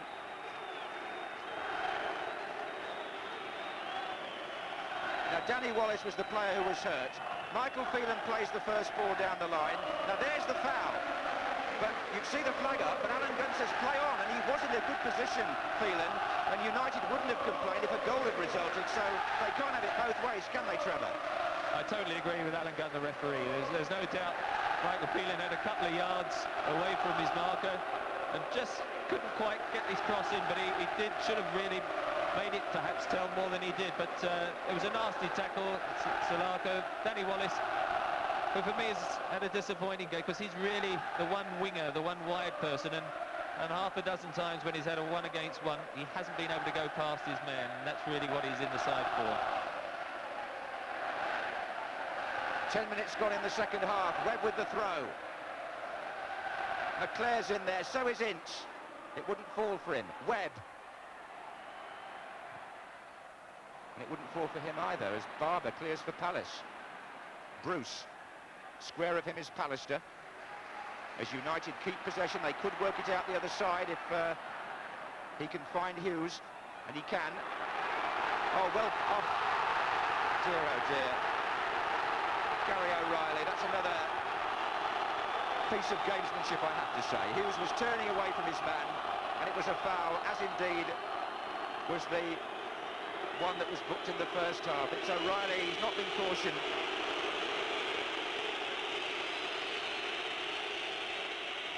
And the whistles around the stadium reflect that the flow of play was broken up again, and Mark Hughes was the victim. However, it's a free kick to Manchester United this time.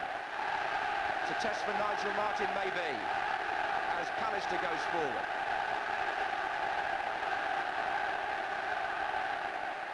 Brian Robson has placed the ball. It's about 30 yards out. Robson. Bruce comes in. Couldn't get the touch on it that was needed. Thomas.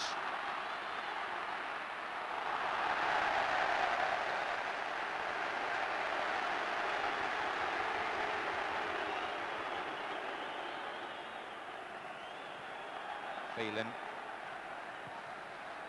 Looks for Hughes. Thorne is with him. And that's Salako.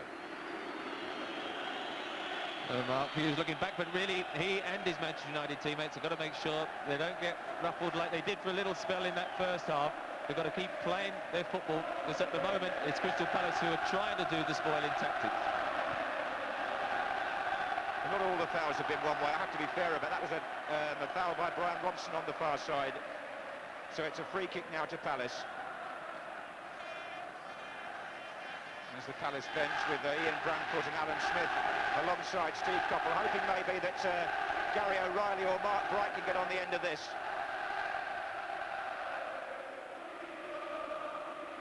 Barber's in there with them. O'Reilly was in the thick of it, so was the referee as it happens, Thomas. And a break by Webb, and they've got 4 up Manchester United here. To his right, Danny Wallace. McClare in the middle with Hughes. And not the cross you would want from Danny Wallace in that position, Trevor, was it? Really disappointing.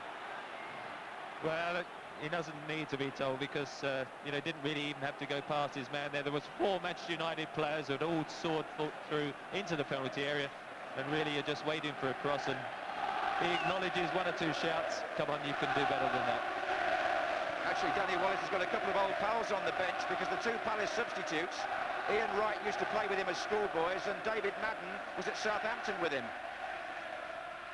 But all of that's slightly incidental to a rather poor piece of finishing. Ballister. Now, are we going to see a goal in this Cup final replay? It's all so very, very tight, isn't it? There's never been a 0-0 in a Wembley FA Cup final, up to now. Here's Gray, Brian Robson bustling in, then Lee Martin, and Gray appeals to the referee. He's angry now. In fact, it's all a bit tense, isn't it, Trevor? Well, he got the free kick. I'm not sure what he was complaining about there. Ince having to hurdle another tackle. And now McClare. He's into the centre much more in the second half. You know, he's moved in from the right-hand side, Brian McClare, and he's having some good play and some good touches. This is Wallace. Webb. Lee Martin from left-back, an inspired run on the far side. A chance here, and a goal!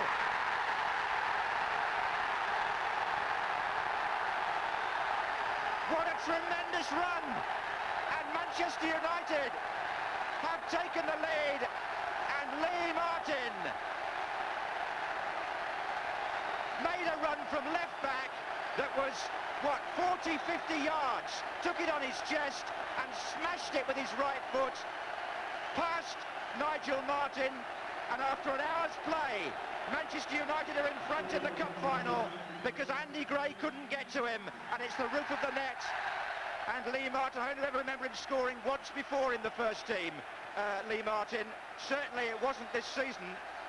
And United have taken the lead after 1 hour's play. But wait a moment, here's Bright. And here's Pardew. And Brian Robson gets knocked over. That's a free kick, and it's a chance to say to Trevor Brooking, what about the goal? It was a man from the back, wasn't it? Quite right, and really, I would think that 50-yard pass by Neil Webb has probably booked his ticket to the Italy World Cup. It was a magnificent pass. Lee Martin did very well to chest it, kept his head, rifled it into the roof of the net, and possibly, as that ball switched play brilliantly, chested it down. Andy Gray just had allowed him to get the wrong side of him. He's just about to put his hands on his head because he knows he just lost concentration briefly there. There's Brian Robson exercising his shoulder. Let's hope that's not his World Cup one of 3 or 4 years ago. But I think we ought to have another look at that, Trevor. You know, this could be the Brian Robson shoulder unless he's careful. It was a high challenge, in my view, by Mark Bright. And Brian went down in a real heap. And it looks to me as though Jim McGregor has got him back on his feet. But there was a moment when I think Bobby Robson's heart would have stopped there when Brian went over, particularly on that shoulder. Of course, what the goal does mean is that we're going to see Ian Wright again. I mean, a bit like Saturday, it was 2-1 then, now it's 1-0. Stevie Coppell, while it's 0-0, would have been reluctant to have made the change, but there he is, exercising, and I'm sure within a minute or two, he's got to be added into the fray. Well, for the moment, Lee Martin is the hero of Wembley. A lad from Hyde in Cheshire, right on United's doorstep. The local boy has scored. 22 years of age. And more trouble now involving Mark Hughes. The yellow card's out again. And this has been, by cup final standards, a bad-tempered game. Make no mistake about that. There were bookings in the first half for two Palace players, Bright and Pardew, and now it's Mark Hughes, who was involved in a scuffle off the ball, just lost his cool completely.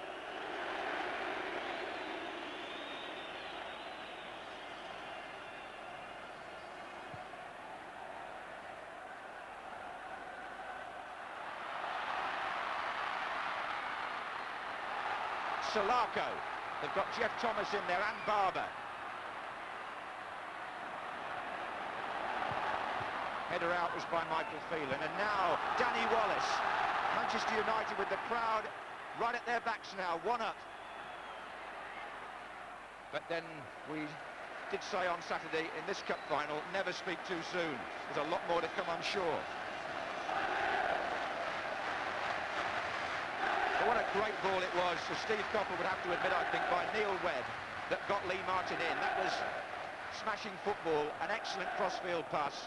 Direct play, but a good finish too. Robson, Bruce.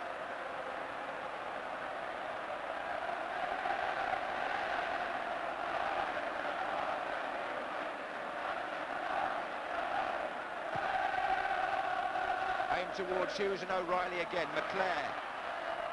Hughes sends McClair to the left. Hughes in the middle with Webb and Robson. Goal kick.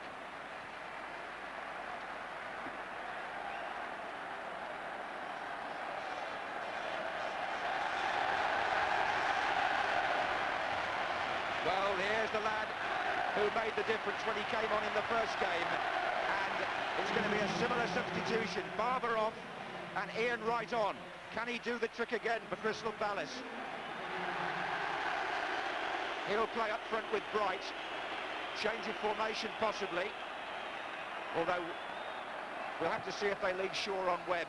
But Webb's got away once and it could be vital. It was his pass. Wallace. Thomas. Bright.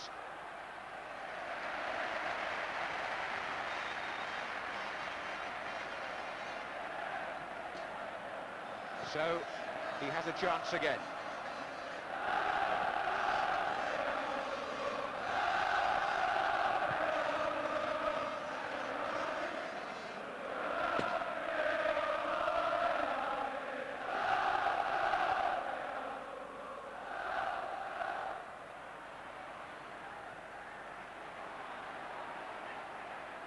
We're 20 minutes into the second half here. Manchester United lead Crystal Palace by a goal to nil.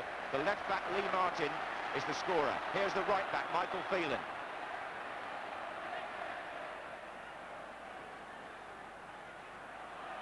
Webb. McClair. And Robson didn't quite make the tackle. Here's Ince, who seems to have shaken off the injury. Phelan. Ince again. McClair. Oh, they almost got Robson in there in a forward position, and Hughes.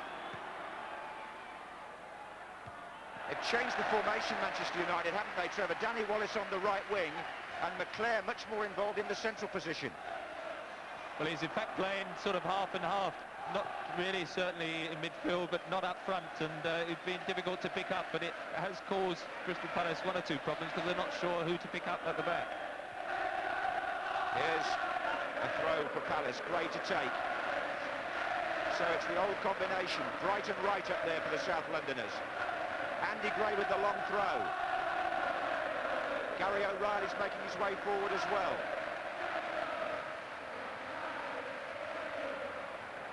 That is O'Reilly. McClair, valuable defensive work, and a free kick given. There was a shove when the ball had gone. Richard Shaw and John Salako just had a little chat then, and they've decided to revert as they did on Saturday. Richard Shaw going back now to left back to mark, in fact, Danny Wallace, and John Salako pushing up on Michael Phelan, which I think they have to do at this stage. They've got to get width either side to try and get some service in to Bright and Wright.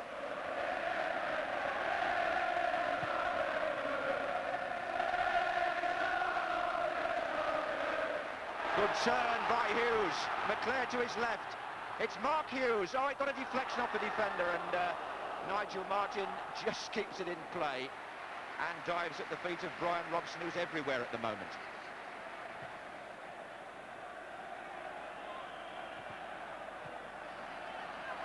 Webb.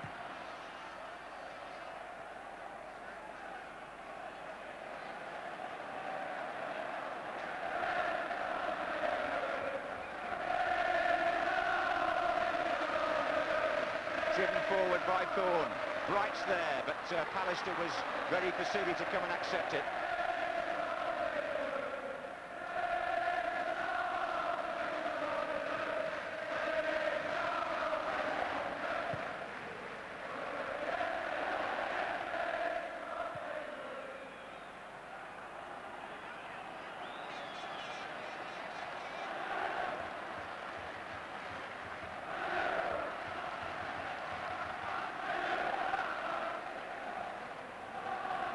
Incidentally, if you're waiting for the mid-evening news, it will follow the FA Cup final, in which the score is 1-0 to Manchester United.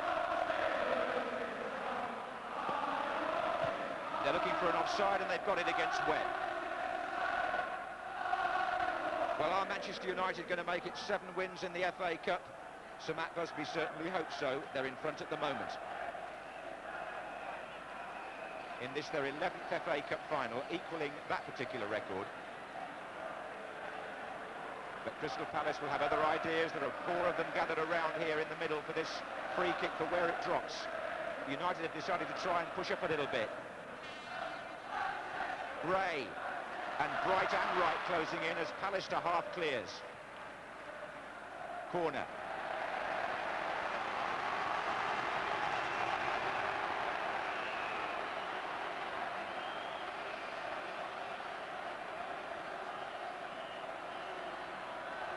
Corner kick.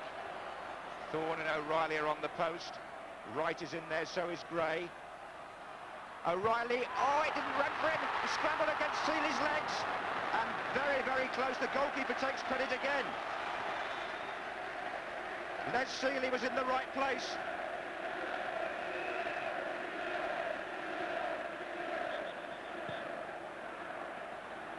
Andy Gray, I think, was the player that almost scored for Steve Coppell's team there. I think it was his low shot that Seeley just got to in the crowd. It was very, very close.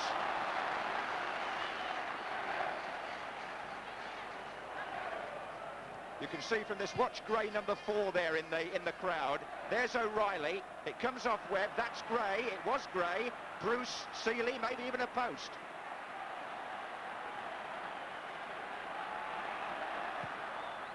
Offside. Well, there are 20 minutes of normal time to go. He's looking anxious. What do you think, Trevor? Well, I think Les Seeley used his feet again well there, didn't he? With it just, Andy Gray would be a little bit disappointed because he just got tucked underneath him and he couldn't get a lot of power. It was a sort of stab shot which enabled sort of Seeley to block it. I think Manchester United mustn't just sit back and try and hang on to the 1-0. Crystal Palace obviously got to push extra men forward, and after what we've seen so far this season, these last 20 minutes are still, without any conviction, going to say who's going to win this one. This is Pallister trying to cover for Wright. Bright tries to close in. Brian Robson, another one of those life-saving tackles. Just look at that. The man's energy absolutely limitless. Now, has Ince got the same stamina? He's charging forward. Hughes to the left. And turned back by Pemberton.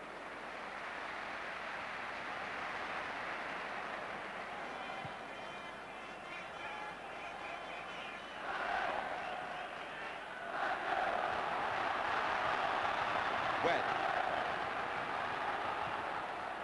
tries to find Wallace. Well played by Danny Wallace. Hughes! No, good challenge O'Reilly. Now Thomas for Palace. To Salako. Now that's aimed at Ian Wright, and Seeley will need to judge the bounce. Oh.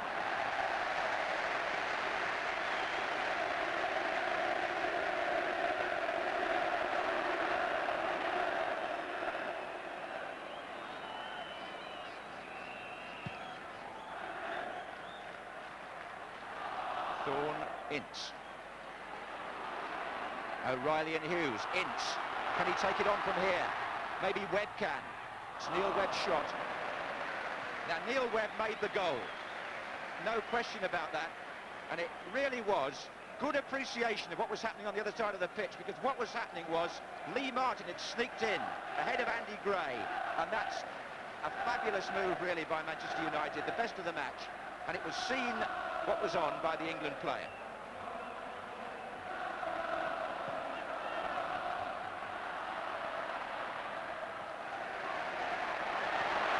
That wasn't very charitable either, was it?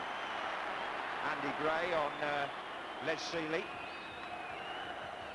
1-0 then to United is the situation here. In the replay.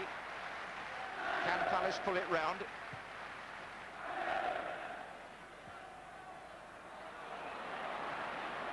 This is Webb. And Leclerc's made a very good run from left to right. He's in the box now. Just squeezed his shot in, but without any power. Salako.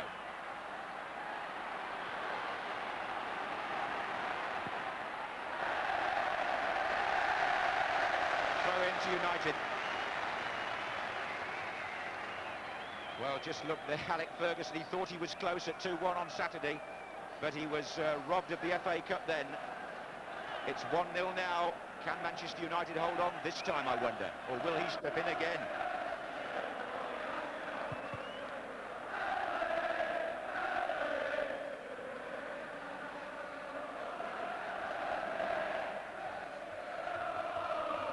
Forward by Webb.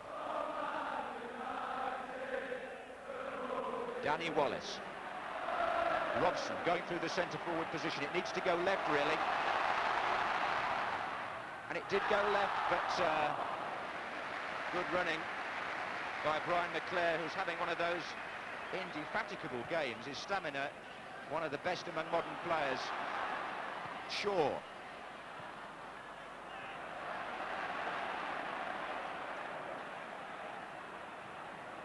Now Webb.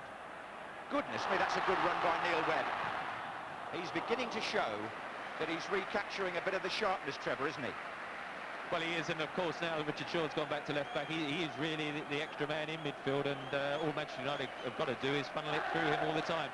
From Crystal Palace's point of view, because the onus is on them, they're hitting those long balls at the moment, aren't they? Here's Bright. And Sealey has gone down.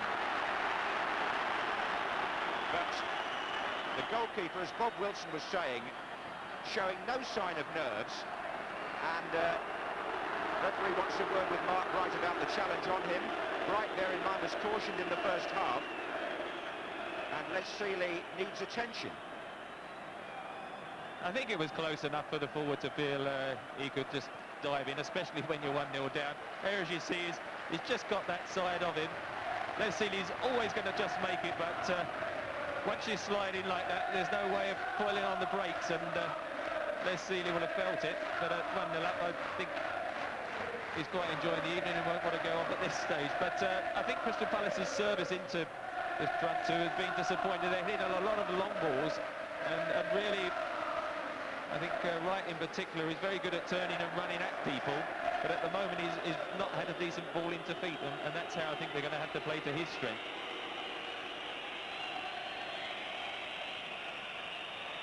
She's got a good view, hasn't she? She's a bad view at all of this FA Cup final. In the evening setting now of Wembley Stadium, as Les Sealey, this unlikely hero, if it works out that way, who was brought into the side in quite unusual circumstances as an on-loan goalkeeper. Alan Gunn is making quite sure that he's okay to continue. Well, the United fans are already singing their songs. It may be premature, because as we've seen in the semi-final and on Saturday, you don't take anything for granted against Crystal Palace.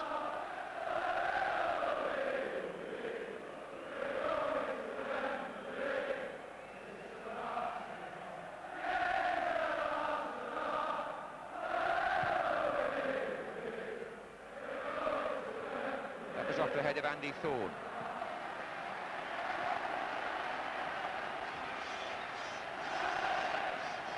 Well, I wonder whether the two England players in midfield can keep their grip on this match.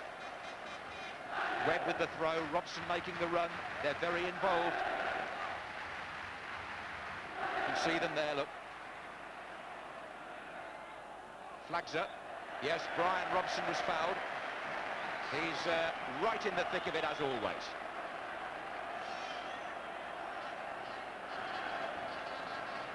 Now, Mark Hughes and Brian McClare are over on the far side of the area where Robson is going now. Neil Webb to take the free kick. They're not risking anybody else forward. Significantly, Bruce and Pallister have stayed back for this one.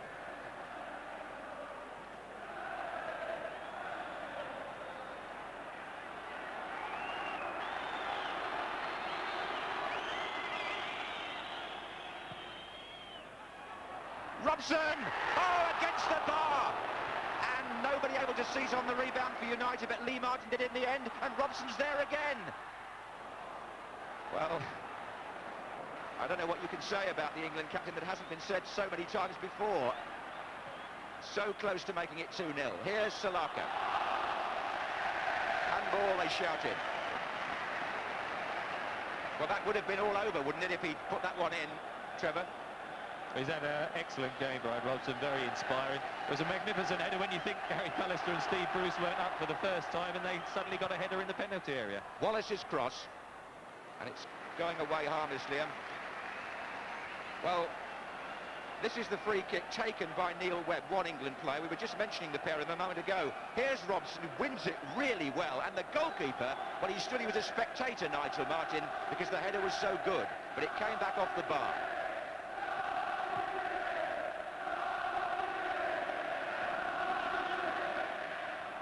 Right, offside.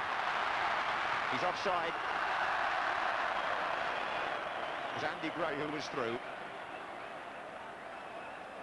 They were off their seats back there in the crowd, but the linesman on the Royal Box side, Larry Watson, was flagging. Well, Manchester United must make sure they don't flag now, because the FA Cup is a little nearer, perhaps even than it was on Saturday, to Old Trafford. They think so. Offside. Just over 10 minutes of normal time, and David Madden's going to come on in a moment for Crystal Palace. I think it's John Salako who's going off.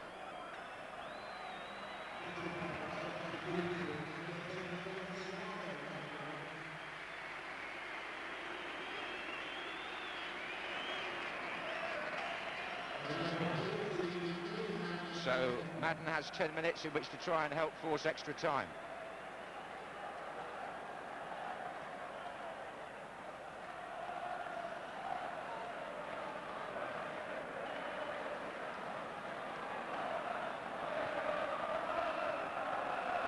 O'Reilly's still well forward, so is Bright.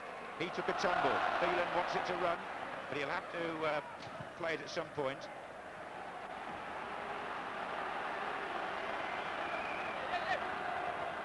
Andy Gray storming across to try and take the long throw, I think. Bright and Wright are staying in the box, shaping up to face the thrower.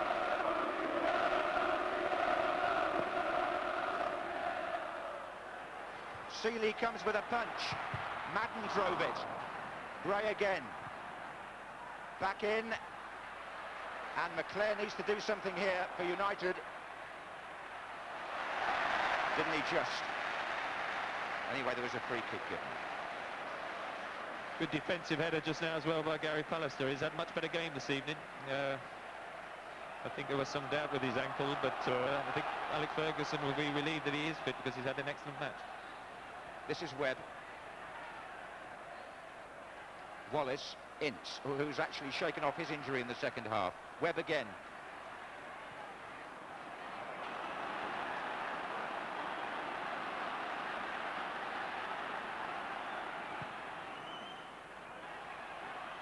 Phelan.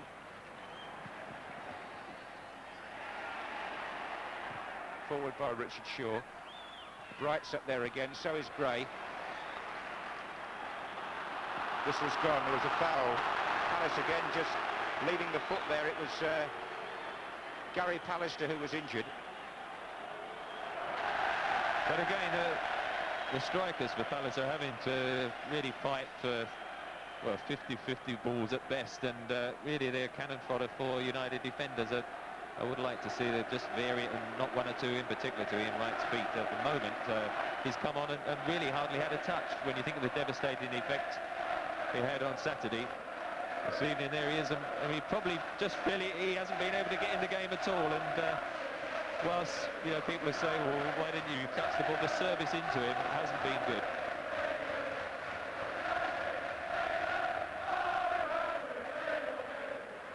Header was by Thorne, then O'Reilly. This is Thomas. Oh, well, that was Phelan to Bruce and back again. Ince. Wallace has gone to the right. It's still Paul Ince taking them on. Just going one too many against Andy Thorne, who beats him. There are 7 minutes to go of the 90. It's Manchester United 1, Crystal Palace 0 in the FA Cup replay of 1990. Scorer Lee Martin on 60 minutes. Ince.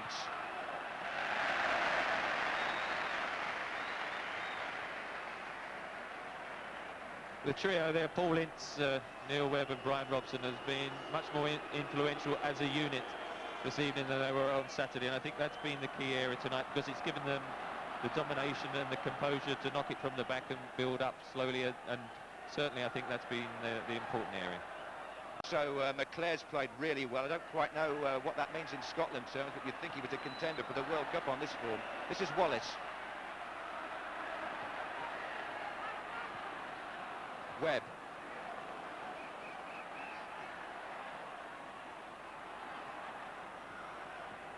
Still Webb. He was just waiting in the centre. And there are 6 minutes to go, and it's a goal kick. Well, so much has happened on the road to Wembley this season in front of our cameras, semi-finals and finals, full of fluctuating moments. We can't say that this is over yet.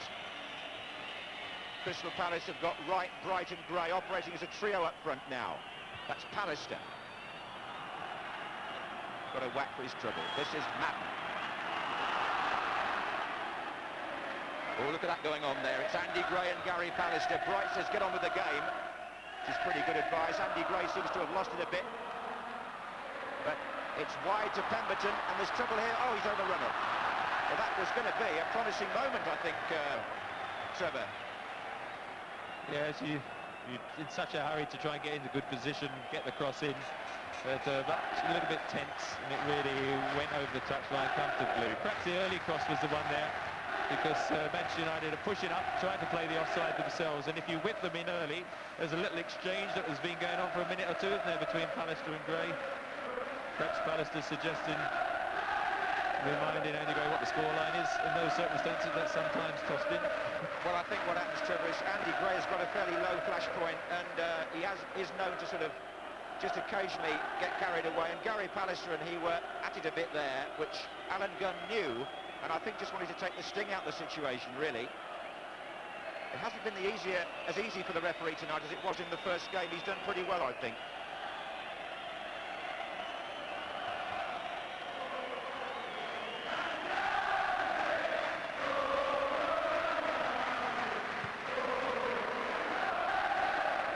Danny Wallace and Richard Shaw. McClare. Good challenge by Pardew. 4 minutes to go of the 90. I keep saying of the 90 because don't forget we're still in with a chance of extra time if Palace score. This is Bruce.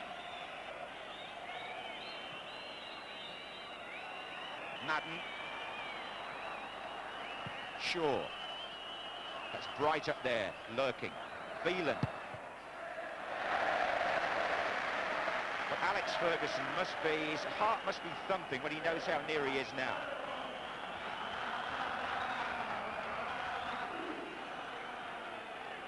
Thorne, O'Reilly.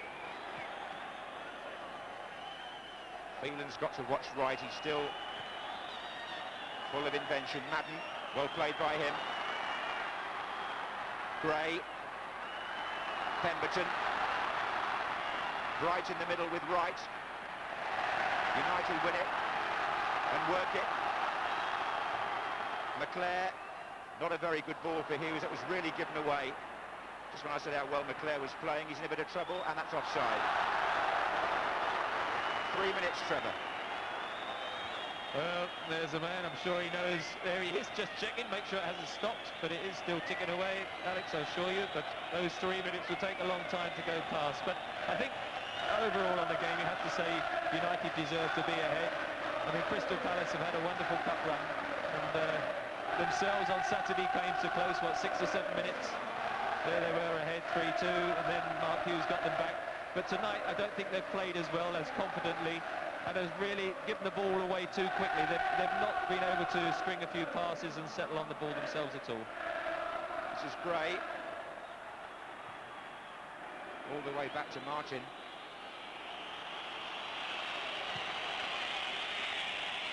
We make it 2 minutes. This is Wright. Forward by Thorne. And they're piling in on the far side here, and Manchester United have got a bit of defending to do yet. That was Lee Martin, the goal scorer, who got the ball away. Steve Coppell was the man who threw it back, not surprisingly.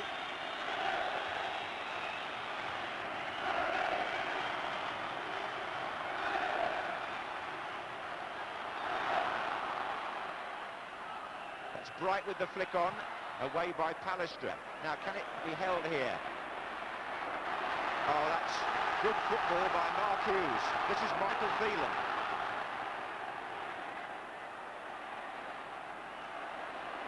Wallace. Trying to hold it up a bit for United.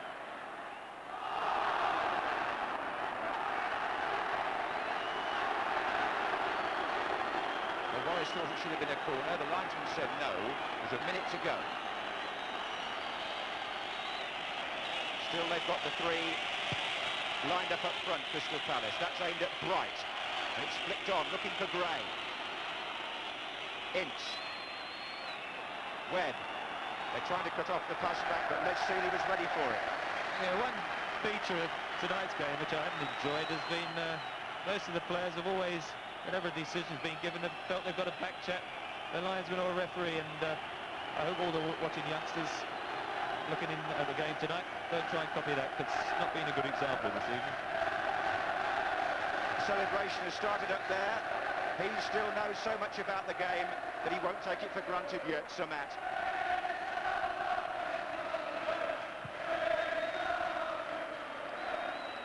Shaw.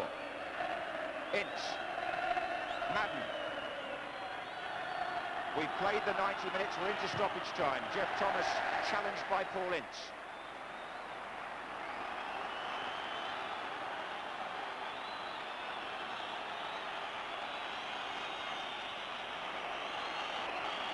Thorne.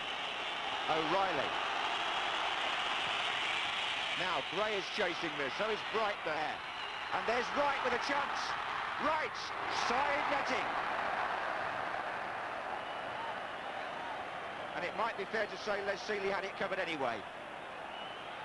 But their hearts would have been in their mouths down there. Archie Knox and Alex Ferguson. Brian Kidd makes a point from behind. But look at this here. Ian Wright still a threat. Yes, he had it covered.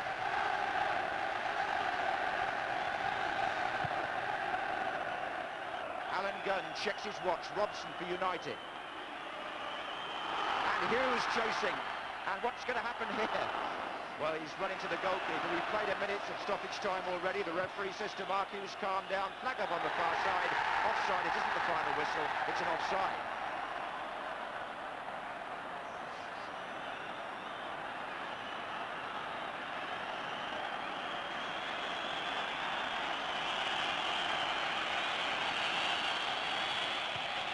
Manchester United have won the FA Cup and equalled the record of 7 outright wins. Palace slumped to the ground. Manchester United celebrate Alex Ferguson's first major trophy at Old Trafford. Thanks to a goal by a home-produced player. He spent £13 million and the man who got the goal didn't cost a penny. The England captain outstanding. And Manchester United have the time to console unhappy Palace players who've given so much on Saturday, but Steve Coppell's team finally made to look second best as the Manchester United supporters salute a most unlikely man with a Cup Winners' Medal. Les Sealey. Who would have believed this a week ago?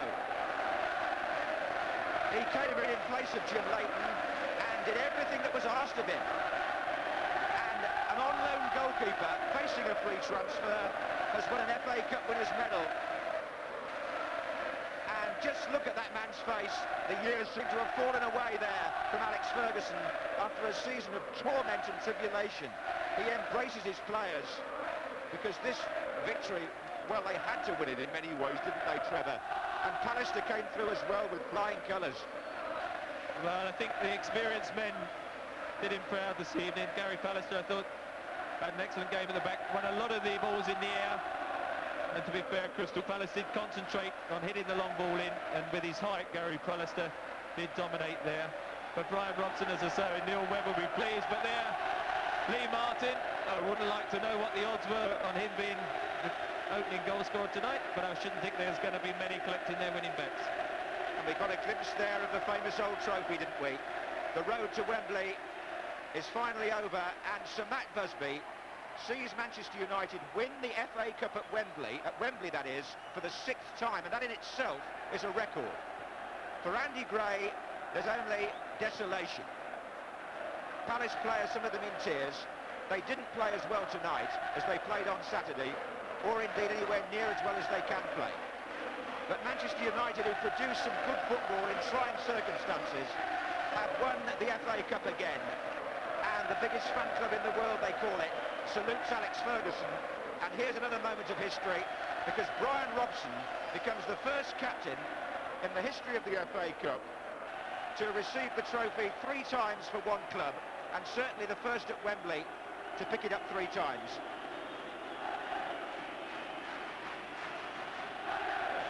Captain of England, captain of Manchester United, Captain Marvel, 33 years of age. An outstanding personal performance again as he leads the team up the steps before leading England in the World Cup. That's the other side of the story. That's an ex-Manchester United supporter, John Pemberton, but not happy with the fact that they've won tonight for obvious reasons.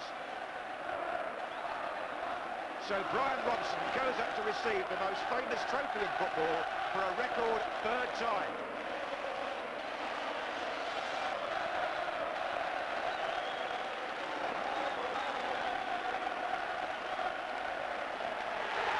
Manchester United equal the record of Aston Villa and Tottenham Hotspur. They win the FA Cup for the 7th time. Behind Brian Robson come the other players with the winners' medals. Mark Hughes, Les Sealey, he can't believe it. Look at that. Extraordinary story, isn't it? Really is. Neil Webb, who made the goal and may have made the World Cup 22. In the picture there. Steve Bruce, Michael Phelan, Danny Wallace. And as for Lee Martin, he couldn't have believed, surely, that he'd be the man to score the winning goal. Gary Pallister came through, and Brian McClare, as Palace sportingly applaud the victors.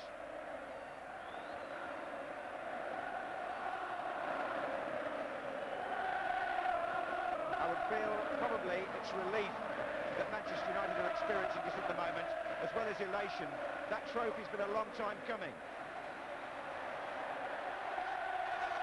No need for extra time, no need for penalties. The Cup won tonight in 90 minutes by Brian Robson's Manchester United. And now the losers going up for their medals. Jeff Thomas, a Manchester boy himself. Well, they offered so much in the FA Cup this season, especially in the semi-final, and again on Saturday. But in the end, it'll be losers' medals for Crystal Palace, as Jeff Thomas leads them forward. The first medal he's had since he was a 10-year-old schoolboy, he was telling me, but it's not a winner's medal. Nigel Martin, Andy Thorne, who won with Wimbledon, that loses here. Gary O'Reilly, who scored in the first game. They're chanting Steve Coppell's name, the supporters. because they appreciate that this really is something of a fairy story, even getting to Wembley. And the players have got a lot to look back on as they prepare to go on a tour to the West Indies. But my mind just focuses on the man who scored the goal, because if there was an unlikely player to get the winner, it was left-back Lee Martin, and I think Barry Davies has caught up with him already. John Watson said an unlikely player, but obviously a delighted one. Yeah, I can't believe it's happening, really. Cracking game all round, and just to finish off like that for me is absolutely brilliant. Can't believe it yet. It was a marvellous move, actually, from one end to the other. I mean, undoubtedly the best move of the match. Yeah, there was a lot of passing involved early on, and when he got the ball, I started my run. When he knocked it over the top, saw me in front of him, I just right down my chest and stuck it in the back of the net. You must have been saving up that one, didn't you? Yeah, that's the first one I've scored this season, so I've been saving it all season, yeah. Well, well done. Couldn't be a better time. Thanks very much.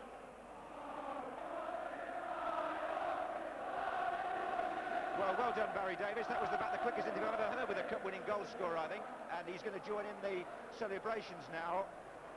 Brian Robson's waiting, I think, for them to take the team picture down to the left and then to do the lap of honour. But Lee Martin, actually, a boy from Hyde, not far from Old Trafford, who's been at the club since he was a 12-year-old.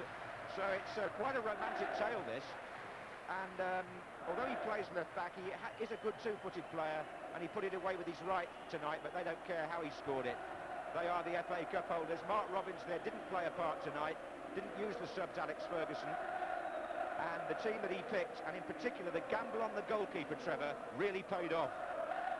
Well, fully justified, isn't it? I mean, Les City is one of those laid-back characters. You could see he seemed to be enjoying every minute. Made one or two telling saves. Strange enough, not with his hands, with his shin, knee and feet. But as you said, Bob Wilson, you know, whatever part of the body you stop it with, and there's a reassuring cuddle from somebody, and I'm sure he's going to enjoy this evening's celebration. But it was a terrific choice. I swore on occasion like this, you must just spare a thought for Jim Leighton, who I'm sure he's pleased the team has won, but it must be a sort of mixed emotions for him. Yes, it would be, and they're just comparing their medals there. That's the third team on the pitch, isn't it? The referee and the linesman. And I would say overall they had a good couple of matches. As Manchester United celebrate, I would just say for Palace, I think we ought to try and tidy up the loose ends. There was a penalty protest in the first half that might be debated, but it's a little bit of history now, because with the reserves there who didn't play joining in, Manchester United have the usual picture taken for the group of photographers down there, and Les Seeley salutes the crowd. And off the back of this FA Cup win, I would imagine Alex Ferguson's job secure, and a chance maybe to pitch for the championship next season. We shall see. As for the losers, well, they've made lots of friends, and they've made lots of money as well, the club itself, I mean, from these two Wembley appearances. But obviously, it's never easy when you've lost a prize like that, and it's something which those lads are really going to enjoy celebrating tonight.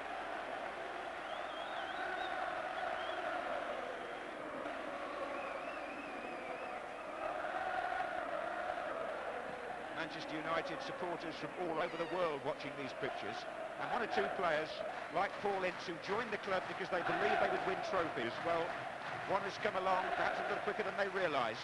Michael Phelan, another big signing there, number 5. Gary Pallister cost £2.3 million. Well, they'll have paid for that possibly out of the receipts from this cup final. Mark Hughes, terrific on Saturday, maybe quieter a bit tonight, but still very influential. And, well, I mean, he is just absolutely shattered now, probably mentally, I would think, all that's happened to him overnight and today. I wonder if he'll ask Alex Ferguson if he's going to make this on loan move permanent. He might feel he's earned it tonight. Well, there's a man who's distinguished himself and won great respect as a manager this season.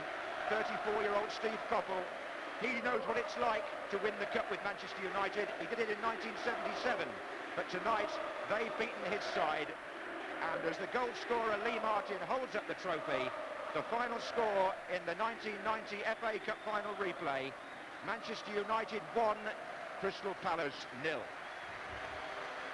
Well, we wonder if this just might go down as the Les Seeley Cup final. It's been a great competition along the way. We've had bags of goals. Tonight we had to be content with just one. It was scored by a man who was 50-1 against scoring, and it turned out to be his first goal of the season. And now McClair, he's into the centre much more than the second half. You know, he's moved in from the right-hand side, Brian McClair, and he's having some good play and some good touches. This is Wallace. Webb. Lee Martin from left back, an inspired run on the far side. A chance here, and a goal!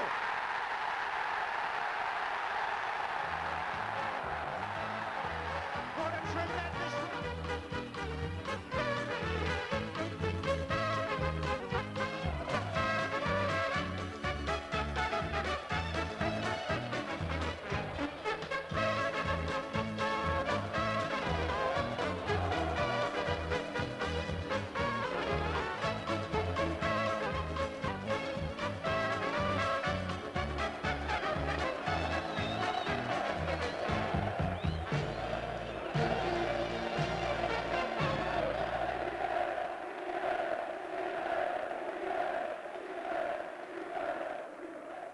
World Cup 90 magazine, the essential